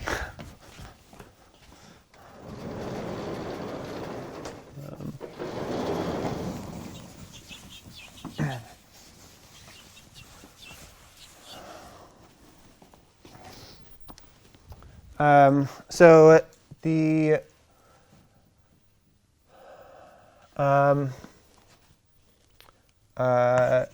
so let me sort of say, why does this work? So it's related to the discussion from the beginning of the lecture. So basically, suppose you have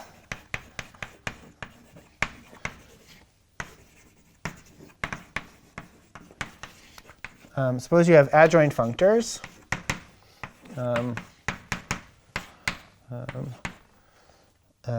Like this, and you're trying to show that G is fully faithful, which is the same as showing that F is a quotient.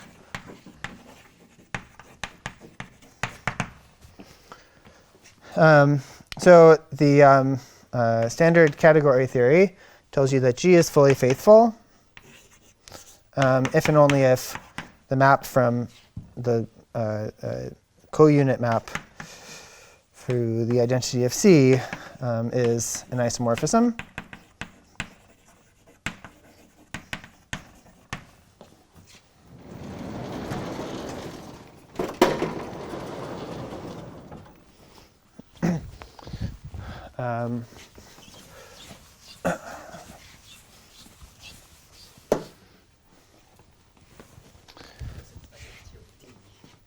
Yeah, do I have it wrong? I thought I had it wrong.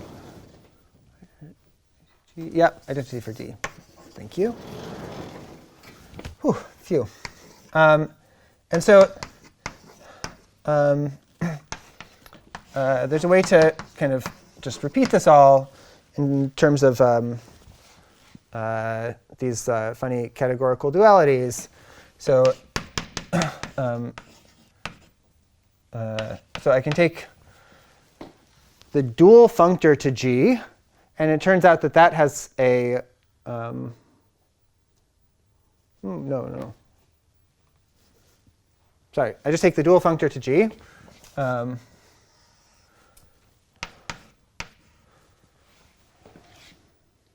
Yeah. And I take the identity for C here, and then I can form this F tensor G dual of the identity for C. This is some object inside of here. And this corresponds, if you think it all reasonably, to the endofunctor Fg. And in particular, there's a canonical map from here to here. And we want to show that this is an isomorphism.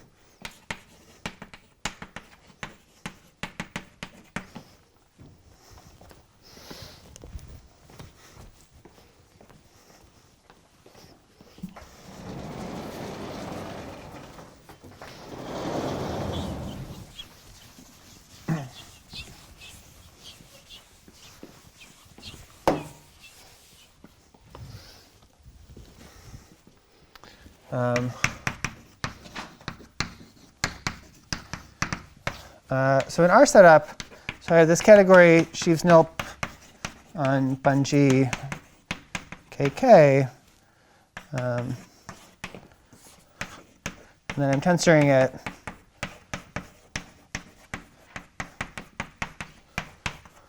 And then I'm trying to map this down to here.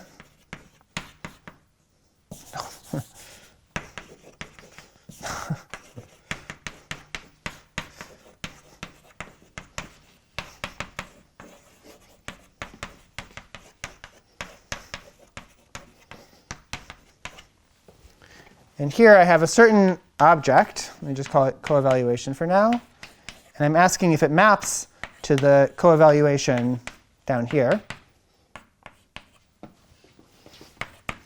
So, right, because I have a functor over there. So I guess this is specialization tensor, the right adjoint to specialization dual.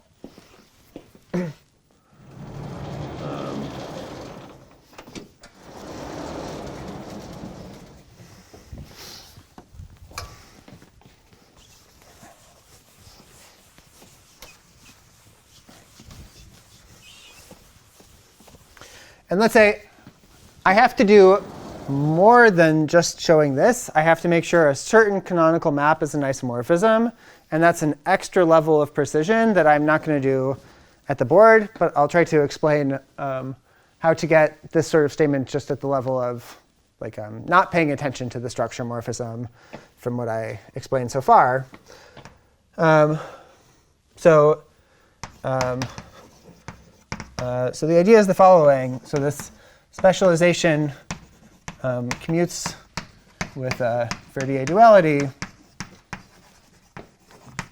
And that implies that it also commutes with what's called this miraculous duality.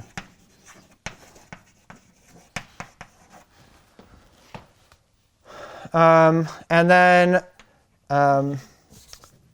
that's going to imply that this weird inexplicit functor I wrote above is just specialization. And then Gaber's Kunith formula for nearby cycles tells you that the tensor product of two specialization functors, which is what's appearing up above, is the specialization functor for the product.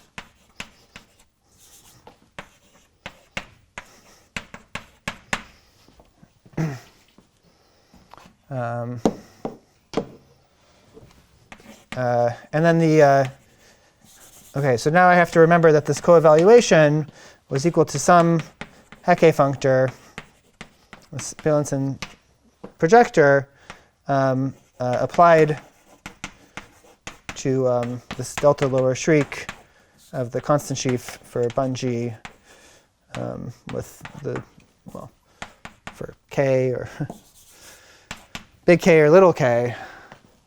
And now the ULA-ness implies that the specialization of this delta shriek of E bungee in characteristic 0 is the same as this delta shriek of E bungee in characteristic P. Yeah, so that's the outline of the argument.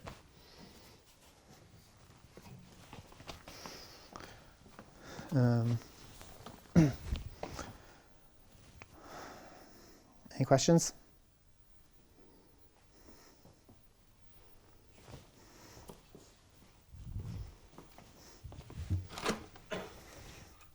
What is miraculous duality? OK, miraculous duality is the self-duality I wrote down before. I just kind of... In fact, I mean, I'm...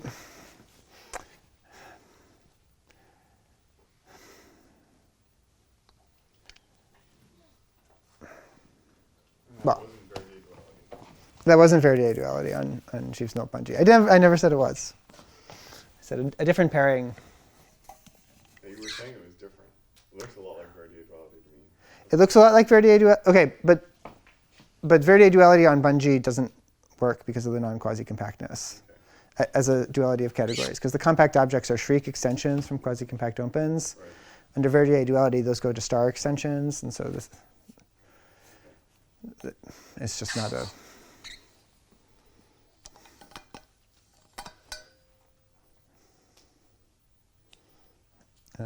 You'll see this like sheaves on bungee co coming up a lot in this category. And that's the thing which is sort of tautologically Verdier dual to sheaves on bungee.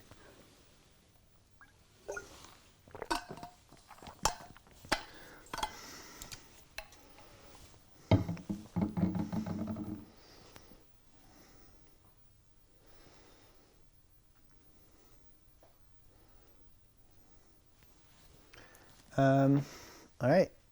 If there are no other questions, then I think we can call it a day. So. Yeah.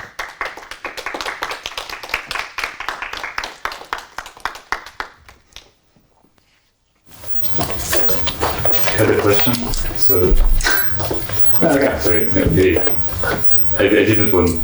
Yeah, it's maybe a long question. So. Great. Yeah.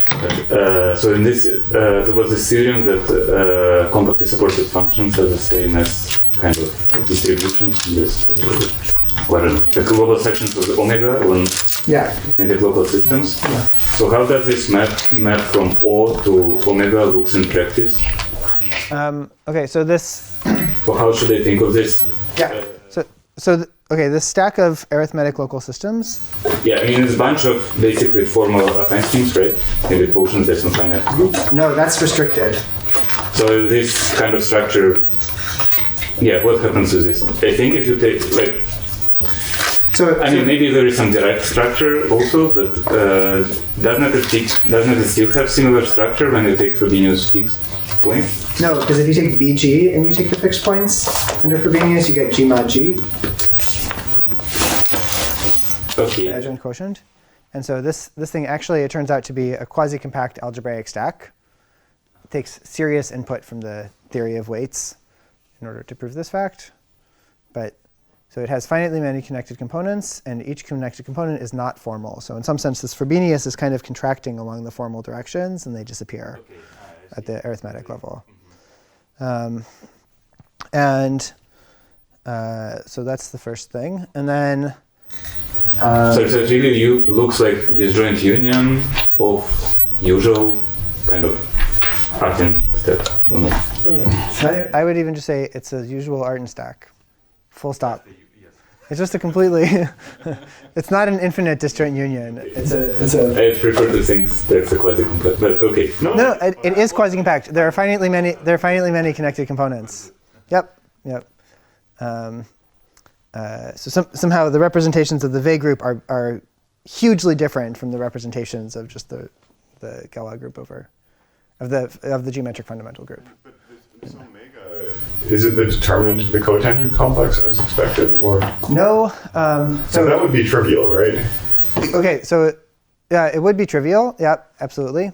So what you should picture is the following. So this local systems in the restricted setting or in characteristic 0 in whatever setting, it's quasi-smooth. Yeah. So you have this cohomological amplitude of like 2 on the curve, and so tangent complex is in degrees -1, 0, 1.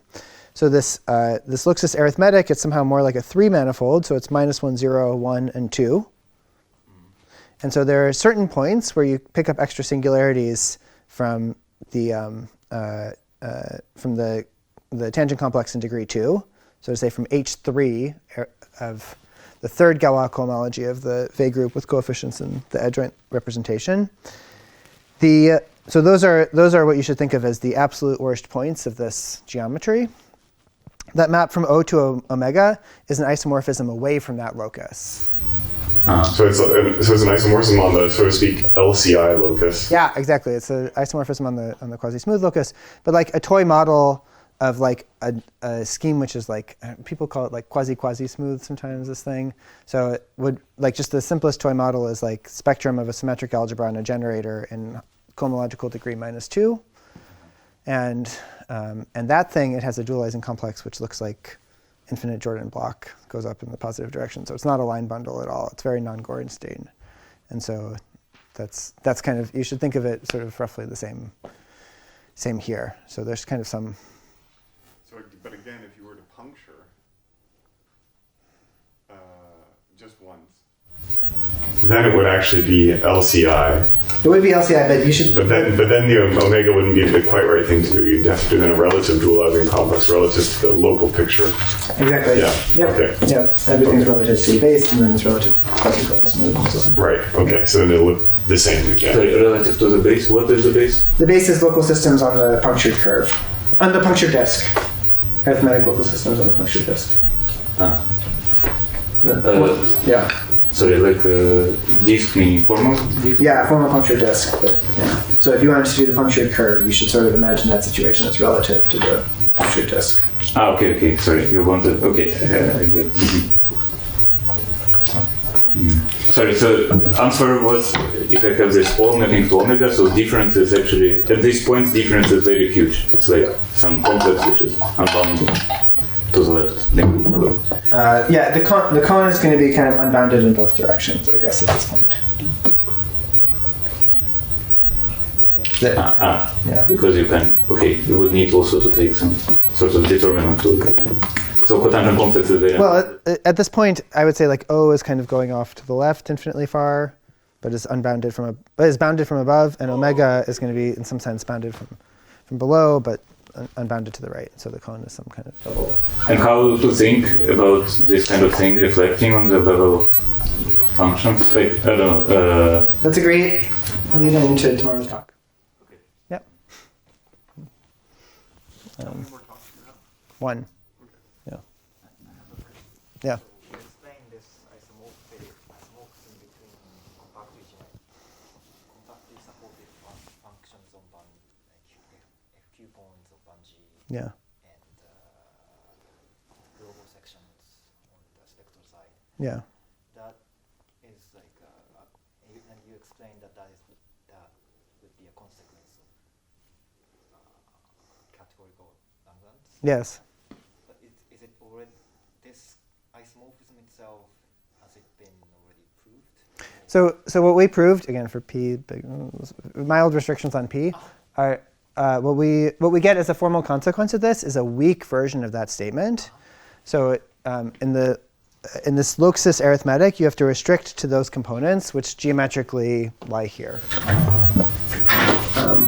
So it's still a conjecture, in other words, this isomorphism between this compactly supported functions and global sections of the dualizing sheaf. That's correct. So what we have is sort of, it's an injection.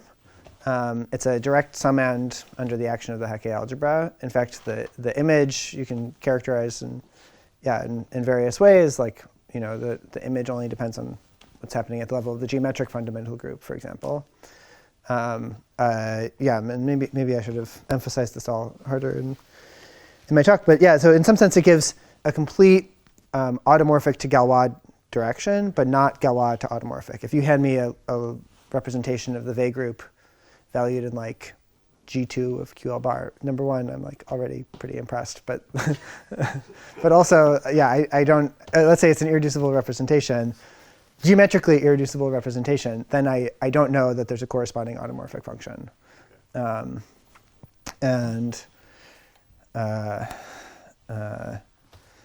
yeah. So.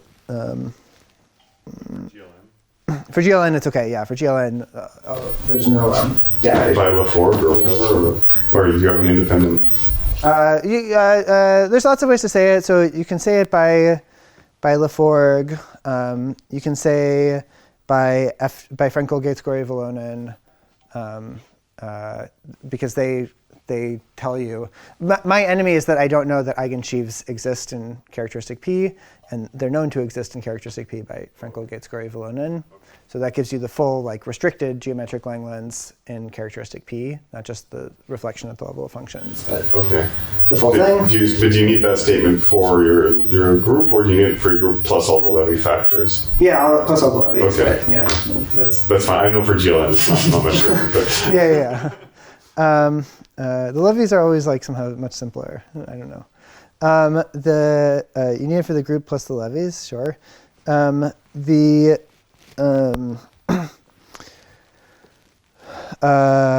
was I going to say? Yeah, but we get, I guess I sort of want to highlight that there's already nice consequences of this. Like if you have an unramified cusp form, for example, then it's determined up to scalars by the corresponding eigenvalues for the excursion algebra, which is the kind of thing that was only ever known for GLN. And this is And the difference between the excursion algebra and the Hecke algebra is important for that statement outside GLN? Yes. Okay. Yeah. Yep.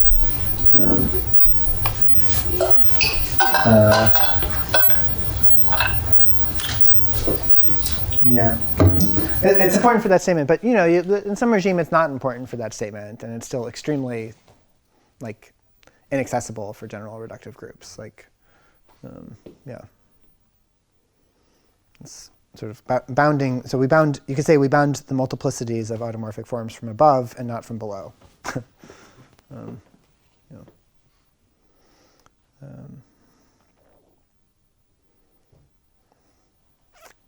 Yeah.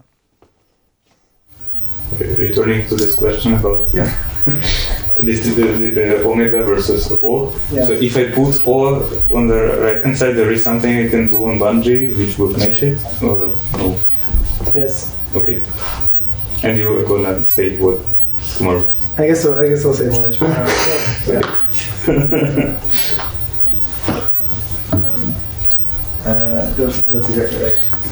But I mean, the answer is you take trace on category of tempered sheaves. You And do know it's the like- answer from that. So you can't say some functions like, I don't know, maybe some more complicated one, some completion of this, or I don't know. It's not a completion. It's, Too bad. But can you say in classical automorphic terms? yes, this will Okay. be the subject of the Okay. discussion tomorrow. Yeah.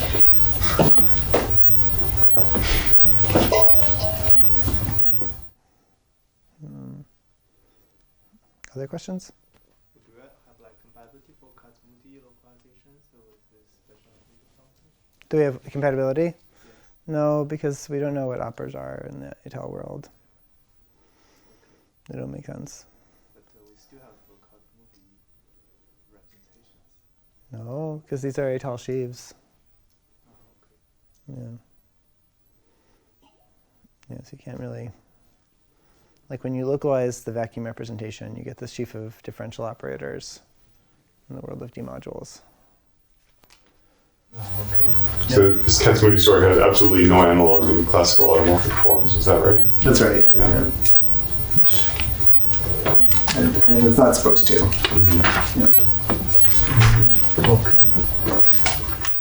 But, you know, the story I'm telling is that you know, you can do your crazy stuff for D modules, and then you can apply a bunch of comparison theorems and then get consequences for classical automorphic forms, which is just, you know, mayhem. Yeah. Will you talk about geometric element in characteristic P? Or What was that? Will I talk more about it? No, I mean, this is pretty much everything I know. Yeah. But tomorrow you're going to talk more about it, right? Tomorrow night, maybe I'll talk more about it. Yeah, I don't know. So mostly about what the system is. Oh, I see. But we'll see. We'll find out what the talk is tomorrow. I'm as eager to know as you are. Actually, what should you get if you take curve over P and shifts with the P positions? Like about shifts for 1 by G. Is it understandable? It's probably. For I me, mean, it should be much closer to, I don't know, some. Ital sheaves? No. yeah, I You think want to maybe- pick something that has a 6-function formalism at least. yeah, I think probably what you want are like over conversion and arithmetic modules.